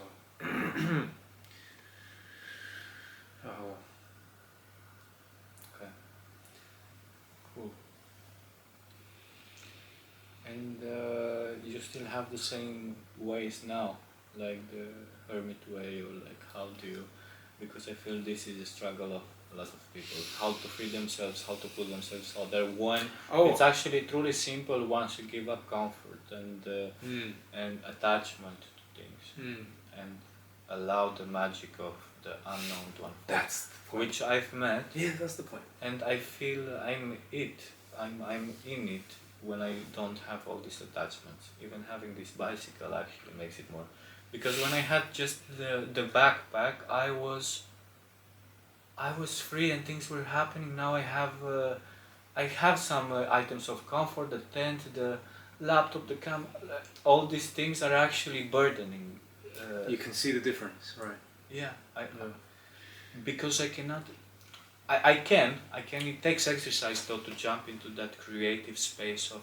But as soon as I have a house, which I cannot use, because that's also a reason why I want to create something, because I want to have a space in which I can actually create the activities and the harmonics for soul work that feels aligned, so I can bring that magic into a place and not have to put myself into that magic, myself out there remotely somewhere, because that's not the point anymore. I've been there, and it's time to actually do something more with it and channel it in some direction. So yeah, I was curious, how do you approach this, or like how are you traveling now? You're still with the tent, you're still in this way. The blessing of the last few years has also brought me work, from which I've earned money, from which I can buy food for myself and pay for hostels if I need. You mean you made up savings, or you're still working? I made up some savings from Okay. doing hard physical work. Yeah, same. Yeah. Not so hard, but same. Yeah, mine has been related with the business of my father. Actually, he's the reason why I could rely on finding work, because he helped me to have the machinery I need to do the work. So I'm talking about digging holes. My last job was digging holes for a forest, to plant a new forest. I dug 2,000 pilot holes. Wow. For the little saplings. Alone? Yeah, with the digger, with the machine, yeah. Wow. Just me, all day for 1 week. 1 week, 2,000? Yeah. Wow. It's easy with the machine. I can do 1 every minute, or maybe 2 every minute, because the land was pretty soft this year. I did the same last year and it was hard, so it was 1 per minute, and it was longer, because there was no rain around the time. But okay. They're doing a pretty good project on the coast side of Bulgaria to plant 10,000 trees, and I'm doing them 2,000 at a time. And that's one job which was pretty awesome, and I spend half of that money now. But it's been, when did I do it? I did it in the end of November, or middle of November. So I'm spending slowly this money, from 1 week of work. Yeah. Because also I'm trying to find balance. Minimize. With, be economical. Yeah, tent is the best sleep. I really love sleeping in my tent, actually, on the ground where it's peaceful. Absolutely, Hallelujah. It takes a bit of adjusting, a few days, but once I'm past the adjustment phase, Yeah. I'm back to where I should, almost where I should be. Yeah, as soon as we can, I would really love to make a camp with you and someone else if they want to make a triad secret camp of nature connection. There is an amazing spot here where I go, where I've been this summer. Amazing spot. I will tell you more about it later. And with the fire. Yes. Cooking there. Unfortunately, in like now it's the season for fire we can make, but later on. Yeah, they ban it at some point, right? They will be on. But if we're hidden enough, I think it's not a problem. If we're cautious and responsible enough, then we will be okay. I have a funny story in Portugal. You know, I said I was in the Algarve for like a year. I was camping mainly, and the fire department was called to my camp because someone saw smoke, right? They didn't see my camping spot, but the fire troopers came in around the bush. I was there sitting in it, and they're like, shh. And then they left. I was like, and they say, you probably got to move from here. They were really kind to me, but they just said, someone called, they said there was a fire, so. It was so funny. Wow. Carrying the hose from the truck. Yeah.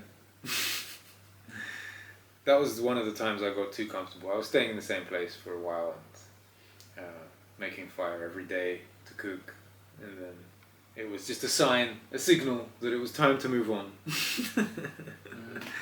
Yeah.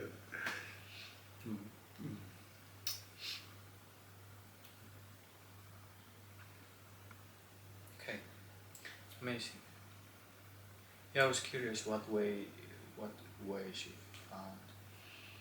Nice. Renouncing comfort has been a major part of it, and very rewarding to be free to live on the ground, not being held by any mod cons, just with nature. Also, I learned a lot about picking herbs to eat and wild foraging, such and such. So the season now. Oh, yeah. Perfect season for that. Plenty of food. Amazing. Okay. In the way of the love and the light and the glory, we are as God created us. It's a song from Rainbow. We are as God created us, in the love, in the light, in the glory. It's a beautiful song. In the love, in the light, in the glory. In the love, in the light, in the glory. In the love, in the light, in the glory. I would add the darkness we also. are. Oh yeah. But other than that? That doesn't need to be spoken. It does though, I think it does, because people gaslight each other into false positivity that is not grounded in. Okay. But as long as you have it, it doesn't matter. Everyone else can see that you have it, and remember. Okay. Telling them can be gaslighting them. I hope. I can only hope. Yeah, it's interesting realization. You're still 7 years younger than me, but you're coming in the same way. Wow. Like I had the exact same thoughts at that time of my life. We need to talk about the darkness now. Let's do it. And then I realized the more we talk about darkness, the more we are betraying the darkness. I agree with you in a way, because that's also why it's undefinable. What I advocate when people say or talk about it. Darkness is exactly my point. I'm like, okay, well, darkness is everywhere. Like, there's no point to inviting more darkness and make more ripple darkness. But to me, it's like, yeah, okay. I'm just trying to. No, but the paradox is that darkness cannot be described, or like nothing is not something which can be shown or defined. The more we try to condition the idea, the more we try to express it, the less we are with it. Yeah, anyway. Because true darkness is not bad. True darkness is the greatest blessing. True. No, but it's true, and that's also when you want to see things and learn about things, you do it in the presence of light. Yeah, yeah. So you can Love. actually distinguish what's there. Maybe love is darkness. So love, light, and glory. If we say love is the true darkness, because it embraces all, and then light is the becoming of the purity of that embrace, light. Interesting. And the glory is the recognition of this process. Okay. Oh, thank you. Didn't think about it before. Amazing. One love, one love. I'm so nice. Connecting the dots. Yes, brother. Okay, I'm grateful Alright. for this amazing sharing we made in the scope of the eye of the world. 3:25. Okay. I do need to take a toilet, and I think we do another 3 hours after. Right. It's possible. Everything can be possible. Yeah, it is definitely possible. Let's close it for now. I think it's been great. Thank you. Maybe see you again. In this format, I mean. Let's hope. Oh. Cheers.